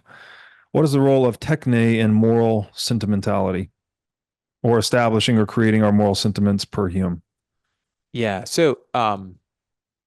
um, well, I'm writing this article that's not out. I have this Medium post that I hope to get out in the coming weeks. I got really busy in my life. It's actually like three-quarters written. Um, that's a kind of response to Davidson and Rees-Mogg's book, The Sovereign Individual. Mhm. That really does kind of touch on the question that you're asking me here. And so I guess I'll just like spoil on your show what some Everyone of that's listening has already read the book, probably. no, I'm going to spoil like I'll maybe spoil your piece. what my Okay, go response ahead. what I'm going to Yeah, spoil my piece on your show. yeah, okay. Right. Is the I think this idea that of technology, like the way that I think technology is culture. I know in a sense, which is a maybe a weird, unintuitive statement. But I think it's actually true. Like, look at what we're doing right now. You and I are staring at each other through cameras on a Zoom call. Hmm. And we're recording a podcast, which is something that I think most people in the world like are kind of very familiar with. But could you imagine like taking this thing that we're doing This right is now back to sci-fi the, 25 years ago. yeah, taking back Yeah, to science fiction. It's yeah, crazy, right? Like, yeah. so there, but it's like it's still a cultural act. There's something about what we're doing that's like very deeply cultural, and it's like sort of like changed our conception of how we think about the world and like how we can connect. So Hmm. there's a deep connectivity between technology and culture that's completely unavoidable. And so what do I think about it, right? Like, what do I think about that? Like, what am I to make of that from like an ethical perspective? Well, the thing that I will say, the thing though that I'll use to sort of frame my whole set of thinking around this is I fundamentally think that human agency, because once again, I'm a small liberal, is of paramount concern all the time. So I'm definitely worried that I could find myself living in a world where technology defines my agency rather than my agency defining technology. Hmm. What do I mean by that? Well, when I read a book like The Sovereign Individual, and I try to like really take the argument they're making really seriously, which I would sort of summarize as saying, I think what Rees-Mogg and Davidson are saying in that book is that the emergence of these technologies is going to inevitably lead to a world where humans are able to connect online through technology, through digital currencies, through like online ways of organizing, like socially organizing. And this is essentially going to route around the power of the state, and the state is eventually going to find itself unable, essentially, to maintain its monopoly of the legitimate use of violence and therefore no longer be able to continue to exist. Essentially, the nation state will be rendered obsolete by this technological path. Another way of saying that is this is a an argument of technological determinism, that the path of technology will inevitably lead us to a social order that the book in its eponymous name, the sovereign individual, um, it describes. I would say that there's something fundamentally I use the term epistemically authoritarian about that. Now, people might wince at that and say that doesn't sound authoritarian at all. And I know why, because obviously we're talking about individuals having autonomy outside of what of and I guess you could describe it in libertarian parliaments, coercive state control. Hmm. But my point here is not that I'm not talking about authoritarianism in the sense that that some tyrant is like ruling over me and like Hmm. preventing me from preventing me from like having an opinion or what have you. It's epistemically authoritarian because it precludes the idea of certain kinds of social organization in the future. It's basically what if they're basically saying, I mean, what I read Davidson and Rees-Mogg saying in The Sovereign Individual is like, look, technology is just going to make the state and the welfare state impossible. So you're just going to have to deal with it. That's just what's going to happen. That's a Hmm. very deterministic view. They're basically saying like, look, I get it. Like 80, 90% of Americans want Social Security, but guess what? Technology is going to make it impossible because you're all going to have to be sovereign individuals. Sorry. Like it's like this very determinist, it's like it's this very deterministic thing. And I'm like, you're basically saying that's the only possible end state. You're saying that technology will determine what is politically possible. There's something agency defying about that, right? Like Hmm. both at the individual level and at the collective level. And I'll be honest, as what I described before as an epistemic liberal, I consider that a fundamentally offensive idea. Hmm. Well, so you then don't subscribe. Well, I mean, surely there has to be a role of technology in the determination of the shape of the political order. What is that role in your view then? I mean, it's a good question, right? Like, I mean, obviously, um, um, technology's had a huge impact on our social order. Yeah.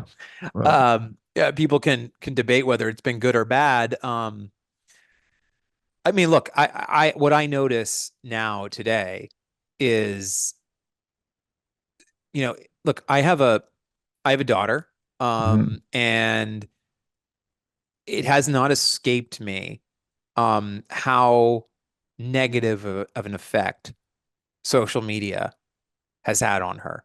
And many younger. I mean, you see these statistics of young girls today and rising suicide rates. Um, and there's these graphs, if you look at them, about the suicide rate among young girls, not just in the United States, but in other countries, in Western Europe, in Canada, Australia. Um, and the suicide rates for young girls started rising sometime in the 2011, 2012 era and just kept rising. And that was also the year that Instagram became available as an app on smartphones. And we've seen increasing evidence that this kind of technology has been, I think, destabilizing to our political conversation. I think it has led to what some have described as an epistemic crisis, um, in terms of like people don't even have the same foundational beliefs anymore, and they're able to go out and seek out other people with their foundational beliefs, which aren't the same as others, and people are talking past each other. And something fundamentally like scary seems to be happening in the world today. I don't know what the solution is because, like you, I don't think government censorship or government truth commissions are the answer because, once again, I'm a small L liberal and I think that kind of solution would be kind of scary. And would and this and the cure might be worse than the problem there. And I would be on the side of civil libertarians with those concerns. But like it does seem to me that that technology is providing a challenge to human liberty right now, not the least of which because of the risk to our privacy. the risk to manipulation and control. I note that the rise of things like deep fake audio, deep fake video have the potential to fool us. Um, like I'm already dreading. I mean, we're already starting to see examples of this. There's been examples of people who've been defrauded by receiving phone calls from people they thought were a family member, and in fact were just deep fake voices to defraud people. This has already started to happen. And it's going to get a lot worse. And it's not clear to me how humans are, and this is why this conversation around epistemology, and I'm glad we're talking about it. And thank you so very much for having this conversation, Mhm. because I think people should think more about epistemology here, because that's what this is about. Like, how do you know something is real? And I think I think technology here is presenting us with some real challenges. And it's not 100% clear as a society how we're going to deal with that. It's like I don't want I don't want some authoritarian state being the arbiter of truth any Hmm. more than you do. Um, Isn't it the and role of the family? Isn't that your job as dad to sort of, I don't know, I pay I attention to the mean, nuance? And I'm not saying that it's an easy job, by the way. I have a daughter as well. Luckily, she's only 5. I haven't dealt with the social media challenge yet. But I obviously the state intervention is a non-starter for me. Sounds like it is for you as well. My only other thought is that the family has to manage that somehow. I mean, yes. But I mean, like we also exist in a social order, and I mean, my hope is that I mean, technology has this property that's sometimes described as dual use, Hmm. right? Where Yeah. technology can be like, so there's Double-edged an example. sword. It's a double-edged sword. I mean, yeah, it's Billy Joel just put out this new song, Turn the Lights On. And if you haven't seen the music video for it, it's really a great example of how deep fakes can be used to create something beautiful. They were able to de-age Billy Joel to show him what he looked like in the 1970s and 1980s and 1990s playing his new song. And it's like it's a beautiful video. Your listeners should check it out if they haven't seen it. And you see that, and you're like, oh, that's amazing. Like actually, that's an amazing use of deepfake technology. And I grew up, my parents loved Billy Joel. I grew up looking at that. But then you can look at it another way of like, wow, like that looks so real that if I didn't know better, right? Like that could Hmm. have really fooled me into thinking that that was a real person. And that really kind of demonstrates the dual use nature of technology. And now, we talked about nuclear weapons before. Obviously, nuclear power is another side of Hmm. that double-edged sword. And I'm a big proponent of nuclear power. I think we Yeah. should have a lot more of it. I think that energy is wealth ultimately. And I Hmm. think we should have a lot more energy. And so I think we should be building nuclear power plants. But like, yeah, like all of these technologies are double-edged swords. I think social media can be a force for the democratization of information. It can also be a platform of mass disinformation. Hmm. All of these things are dual. The dual use nature of technology is endless, and Hmm. and the worry that you have, right, is that the stakes keep getting higher and higher and higher, Hmm. and can the technological responses and the defenses to these risks, can they keep pace Right. with the novelty of those risks as they emerge? That's the real question. Yeah, I think you're making a case for ethics again. I want to be respectful of your time. Do you have time for Always. one more I have question? more time. Yeah, I have more time to keep going. This is Okay. great. This is great. So I mean, I've got to ask you about Bitcoin since you brought up the sovereign individual. You may not, it sounds like you don't agree with the thesis of the book in general, or maybe you think it's just too strong, too authoritative in its proclamation, perhaps. Do you think, well, I guess let's assume, first of all, that Bitcoin continues to succeed. Does that impact the ability of the state to generate revenues? I don't think so. In fact, I think that I think Bitcoin, first of all, my thesis of Bitcoin, right, is that it is the best way that humans have so devised to price political risk. I think central banking is a form of political risk. Uh, you know, the there obviously we know all the historical examples, Is, is could you the define collapse. political risk? Sorry. Political risk is a risk that the political order um will destabilize or break down in a way that would otherwise imperil your property, your assets, your freedom. And Bitcoin has kind of given you a way to economically price that risk Mm, in a global way. So I think that like hyperinflation is a political risk, right? The risk that the political forces that run the currency will inflate it to degrees that could lead to an economic collapse, which happened in the Weimar Republic with the Deutschmark. It happened with Mugabe and the Zimbabwean dollar. We've seen this. I mean, more recently in Argentina, they've grappled with interest rates which exceed 100%. I think that that's that kind of thing. There's always going to be a market for people who want to hedge that against the US dollar, against like other currencies. And so I think Bitcoin in that sense has a non-zero expectation value, right? Economically. So I think that there's a huge bull case to be made that Bitcoin has already become a natural vehicle. Natural is maybe too hard of a term, but it's become the most least frictionful vehicle for the world to price that political risk. We see this happening with political dissidents who are operating in adversarial environments, using Bitcoin as a way to get around capital controls, financial repression. Bitcoin is showing great use that we saw Bitcoin used in Cyprus years ago. That's fascinating and amazing. And I think that like Bitcoin gets all of its value from that. Now, you ask me about like, how will it limit governments? Well, I think, if you have a market like this, oh, just right? revenues to be specific. Will it impact the state's ability to generate revenue? I don't think so.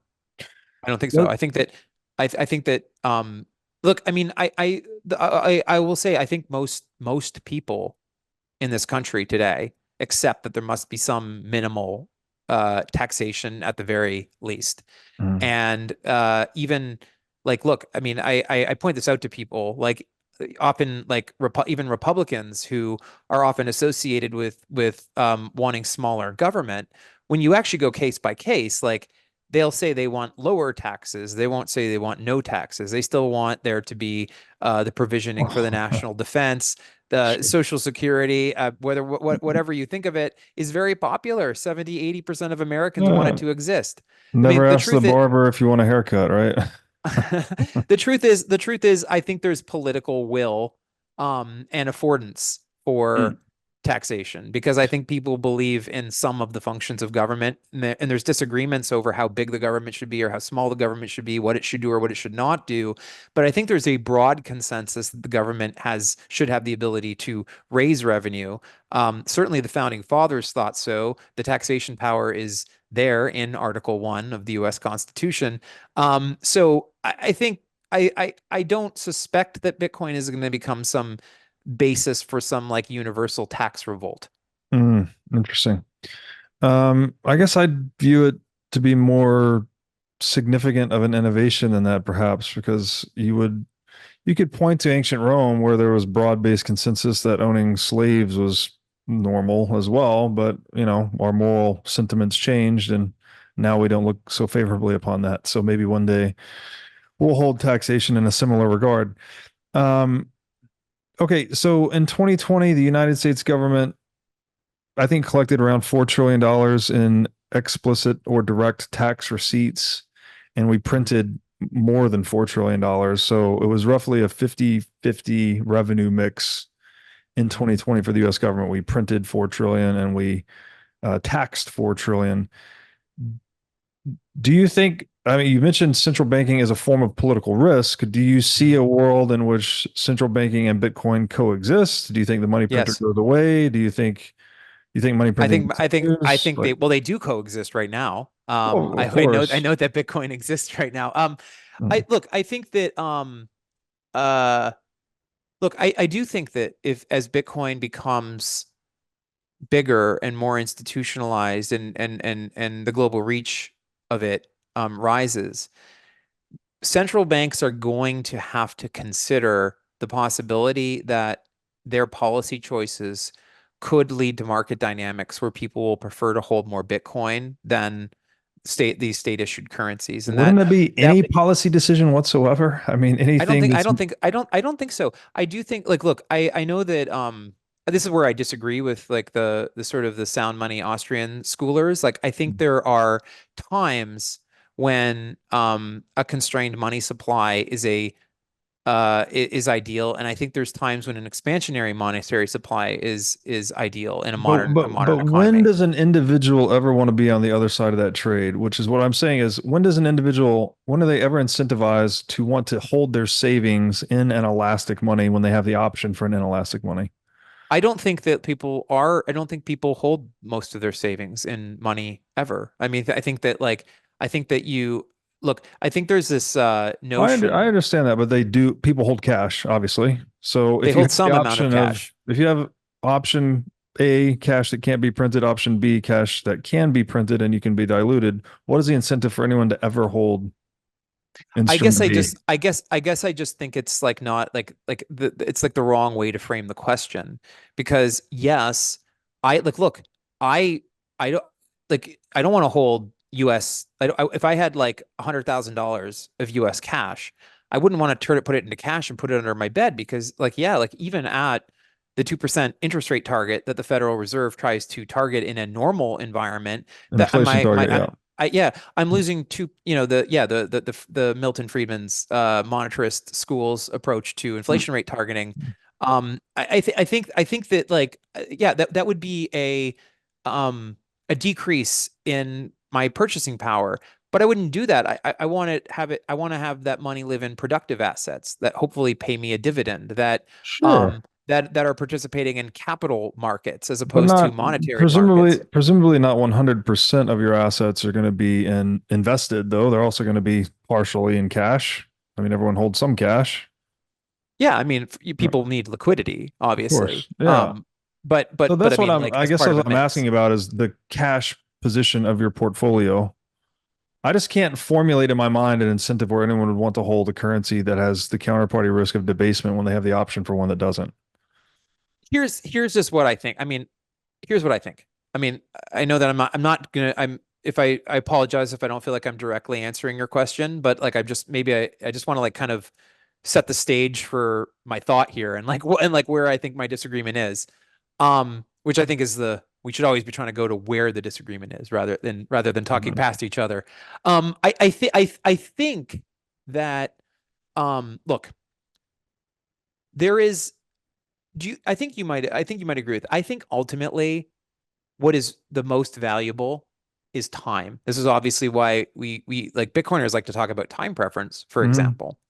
And I think what we're really talking about here is that there is an inefficiency in a market when supply and demand across time is not aligned. When there are people today that want to defer purchases into the future because they want to go and seek opportunities of yield or capital returns because they're satiated. They don't need anything. They're happy. They're a happy retired couple. And they're like, you know what? I just want to like live comfortably and not worry about anything. So I just want some annuity to like pay me every week. But then there's a whole bunch of other people out there that are like, look, I have a business idea. I want to build a factory. In fact, I have so many orders for my widget right now that I can't even fulfill all of them. So wouldn't it be great if I could take out a business loan and build a second assembly line and double my production? And so you have these two groups of people who have two sets of time preference coming together, and credit is a time arbitrage market. It's a market by which people are able to sort of trade what they, like what somebody like somebody might actually just like want to defer gratification for whatever rational reason, well, if somebody else actually doesn't have the capital, but actually has a productive goal to use credit.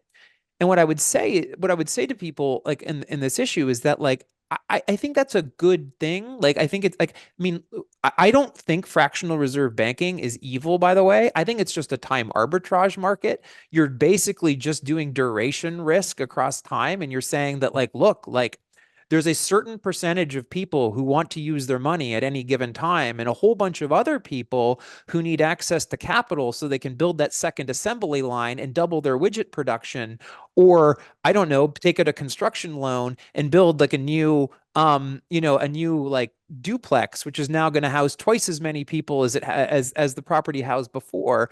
And you need that time arbitrage market. And so to the extent that you have a flexible money supply, I think that's a good thing. Now, I agree with Bitcoiners who will argue that central banks and extended periods of zero interest rate policy have led to certain like aspects of malinvestment that are that can be destabilizing. And I think, like, I actually don't think the issue right now that we're facing right now is too much money. I think what we're facing right now is a government fiscal situation which is spiraling out of control, quite frankly. And I think we're moving into a period of fiscal dominance, which I think is going to make it harder for the government to control inflation if it doesn't cut spending and or raise taxes.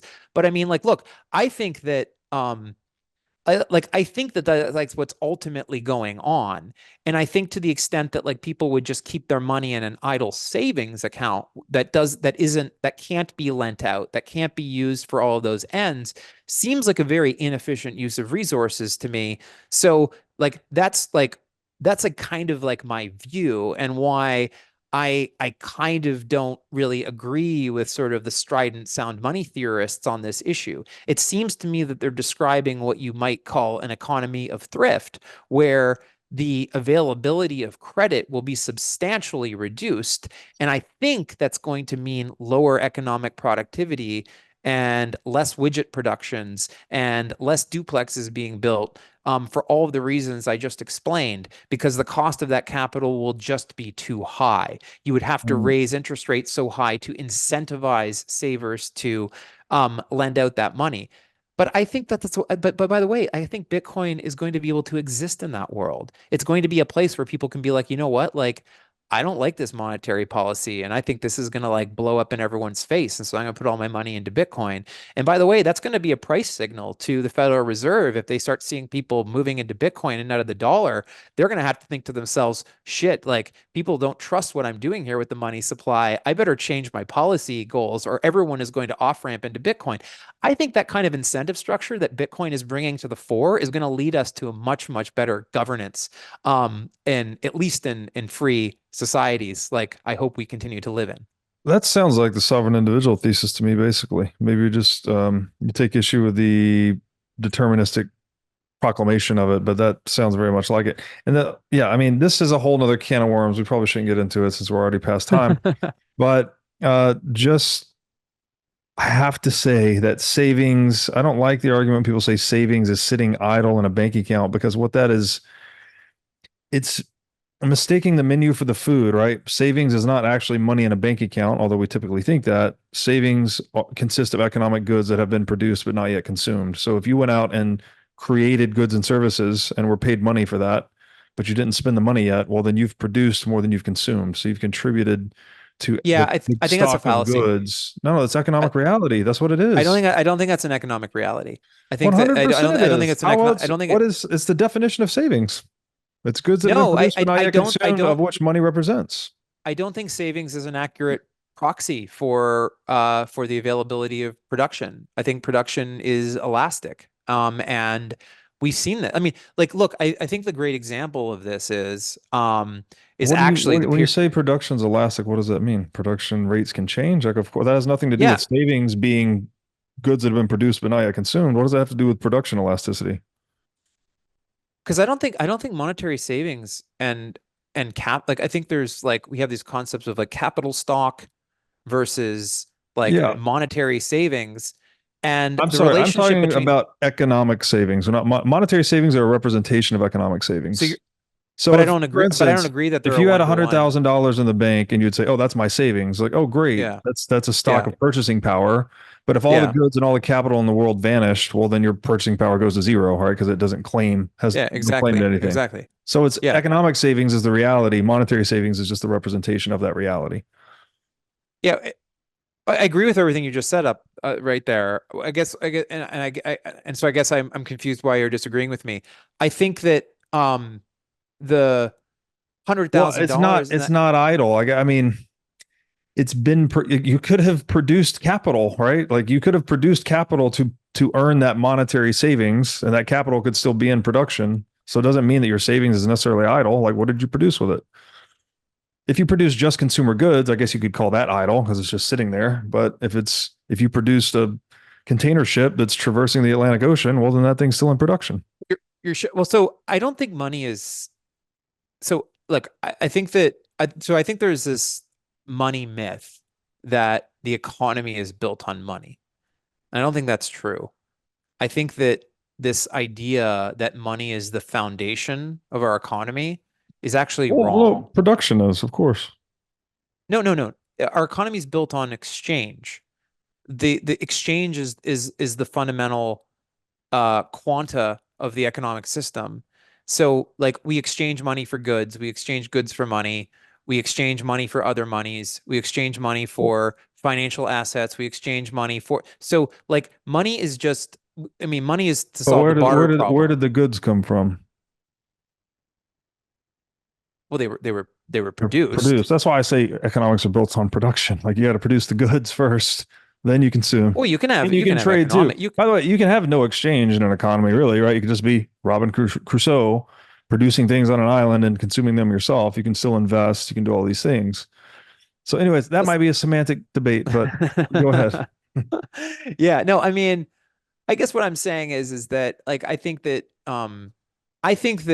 first of all, I think Bitcoin is an amazing emancipatory technology. I defend it all the time. I argue with no coiners all the time that don't know what they're talking about when they dismiss Bitcoin. But I also think that Bitcoiners can kind of overstate the case. They can overstate the role of money in the economy. It's not that the role of money isn't important. My argument has always been it's not as foundational as sound money theorists make it seem. And I think Mm. what I was trying to get at before with what I meant by um, idle money and like so like there's a period of time after the financial crisis, after the 2008 financial crisis that ran from say 2011 all the way up to 2020 when we had the COVID insanity. Um, was a very fascinating period of time for really looking at like what how monetary systems interacted with global production.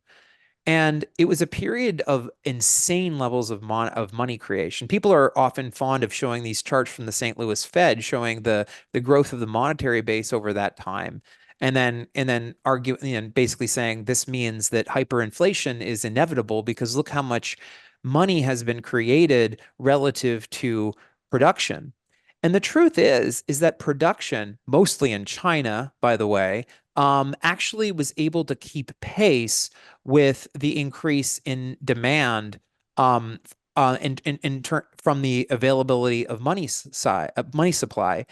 And this has had some negative effect. I mean, the trade balance issues between the United States and China are a deep concern right now, which have obviously led to the rise of this trade war. But one thing that was really interesting about that was that like we didn't actually get a lot of inflation. In fact, production just seemed to keep growing elastically.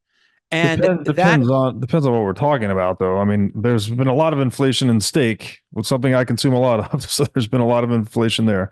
It's tripled in price in 3 years. No, I'm talking about before COVID. I'm talking about the period from 2011 to 2020 Oh, sorry, sorry. when we actually saw very low inflation despite the Mm-hmm. fact that there was a high rate of money creation. Mm-hmm. And I'm trying to and I'm saying that was interesting. Look, I think what caused the inflation that we're now dealing with today had a lot more to do with government stimulus than it had to do with central bank policy, to be clear. Right, the I think, distribution. yeah, I Yeah. mean, look, I mean, when the Federal Reserve prints money, when they expand the monetary base, I mean, most of that is just banking system liquidity. It doesn't necessarily directly chase goods and services. But yeah, when you send checks out to all Americans, multi-thousand-dollar checks out to all Americans, and you put it in their Mm, bank and they go out and start like buying dinner and going on vacations and stuff like that, well, yeah, like suddenly you're going to have hot money chasing real goods and services, and you're mm, going to get inflation, and that's exactly what happened. We totally overdid it with stimulus. Like anybody who thinks that that's not true is like deluding themselves. But I mean, I think most of this inflation that we created for ourselves was the result of incredibly irresponsible fiscal actions by Western governments here in the United States, and well, not just Western governments, governments from all around the world. And now we're trying to use monetary policy and rate policy to try and correct it. But what we're seeing right now, I actually think that they're going to struggle to get inflation under 3%, even with higher rates, because I think we're in a period of fiscal dominance where government fiscal policy is right now is the main thing driving prices up because honestly, the Fed is being quite restrictive right now, and you would expect the market to be equilibrating at this point, with the money supply being held relatively constant right now, and yet prices are continuing to rise at 3.7, 3.8% per year. I think that's because of the government deficit, not because of Federal mm. Reserve policy right now. And I think that that's going to become a political problem in Washington in the coming years, because if they don't do something about this, they're going to find themselves in a debt spiral, and that's going to become a real serious situation for the United States. Well, as you said, all human relations are political. So the whole untruth that the Federal Reserve is an apolitical or non-political institution is, well, an untruth. We literally, I mean, we talked about point one on the outline. So we didn't get into your essay. We didn't get into the other 3 pages of the outline. So that means we'll have to do this again if you Yeah, are this was fun. so Yeah, inclined. Yeah. I'll absolutely do it again. I want to say this was a super respectful discussion, and I really enjoyed it. It felt even where we disagreed, it felt productive. So I Yeah. mean, like, you can't hate that. You can't hate the productive discussion. And so I thank you. I thank you for this. This was very fun and very great. And I think that these are all the kinds of things that I hope people are thinking about. Yeah. Thank you for coming on. You're much nicer in person than you are on Twitter. I'm Um, always nice. I'm actually yeah. always nice. People who know I, me know that I, I'm infinitely friendly, even in disagreement. it's just Twitter, I think, makes us all seem like more of uh, curt than we really are, perhaps. Um, yeah, no, this is very enjoyable. I think there's a lot to think about. The world is extremely complex. The Bitcoin rabbit hole certainly takes you into epistemology, right? How do we know what we know? And these are all good things, right? That it's inspiring these types of conversations. So I appreciate you coming on to have one of those with me. Well, I Um, loved it, and I loved it, and I'd love to be back, and we can talk about hopefully we can talk about my writing on the next one. yes, I think it's we have a lot still to cover. We probably need like 6 or 8 hours total. Where can people find you on the internet? yeah, well they can well obviously I'm Brock M on Twitter. I'm gonna try and tweet less though these days. I've been tweeting too much. So but yeah, I mean if you want to DM me on Twitter or if you want to reach out to me, feel free. Awesome. Thank you, Mike.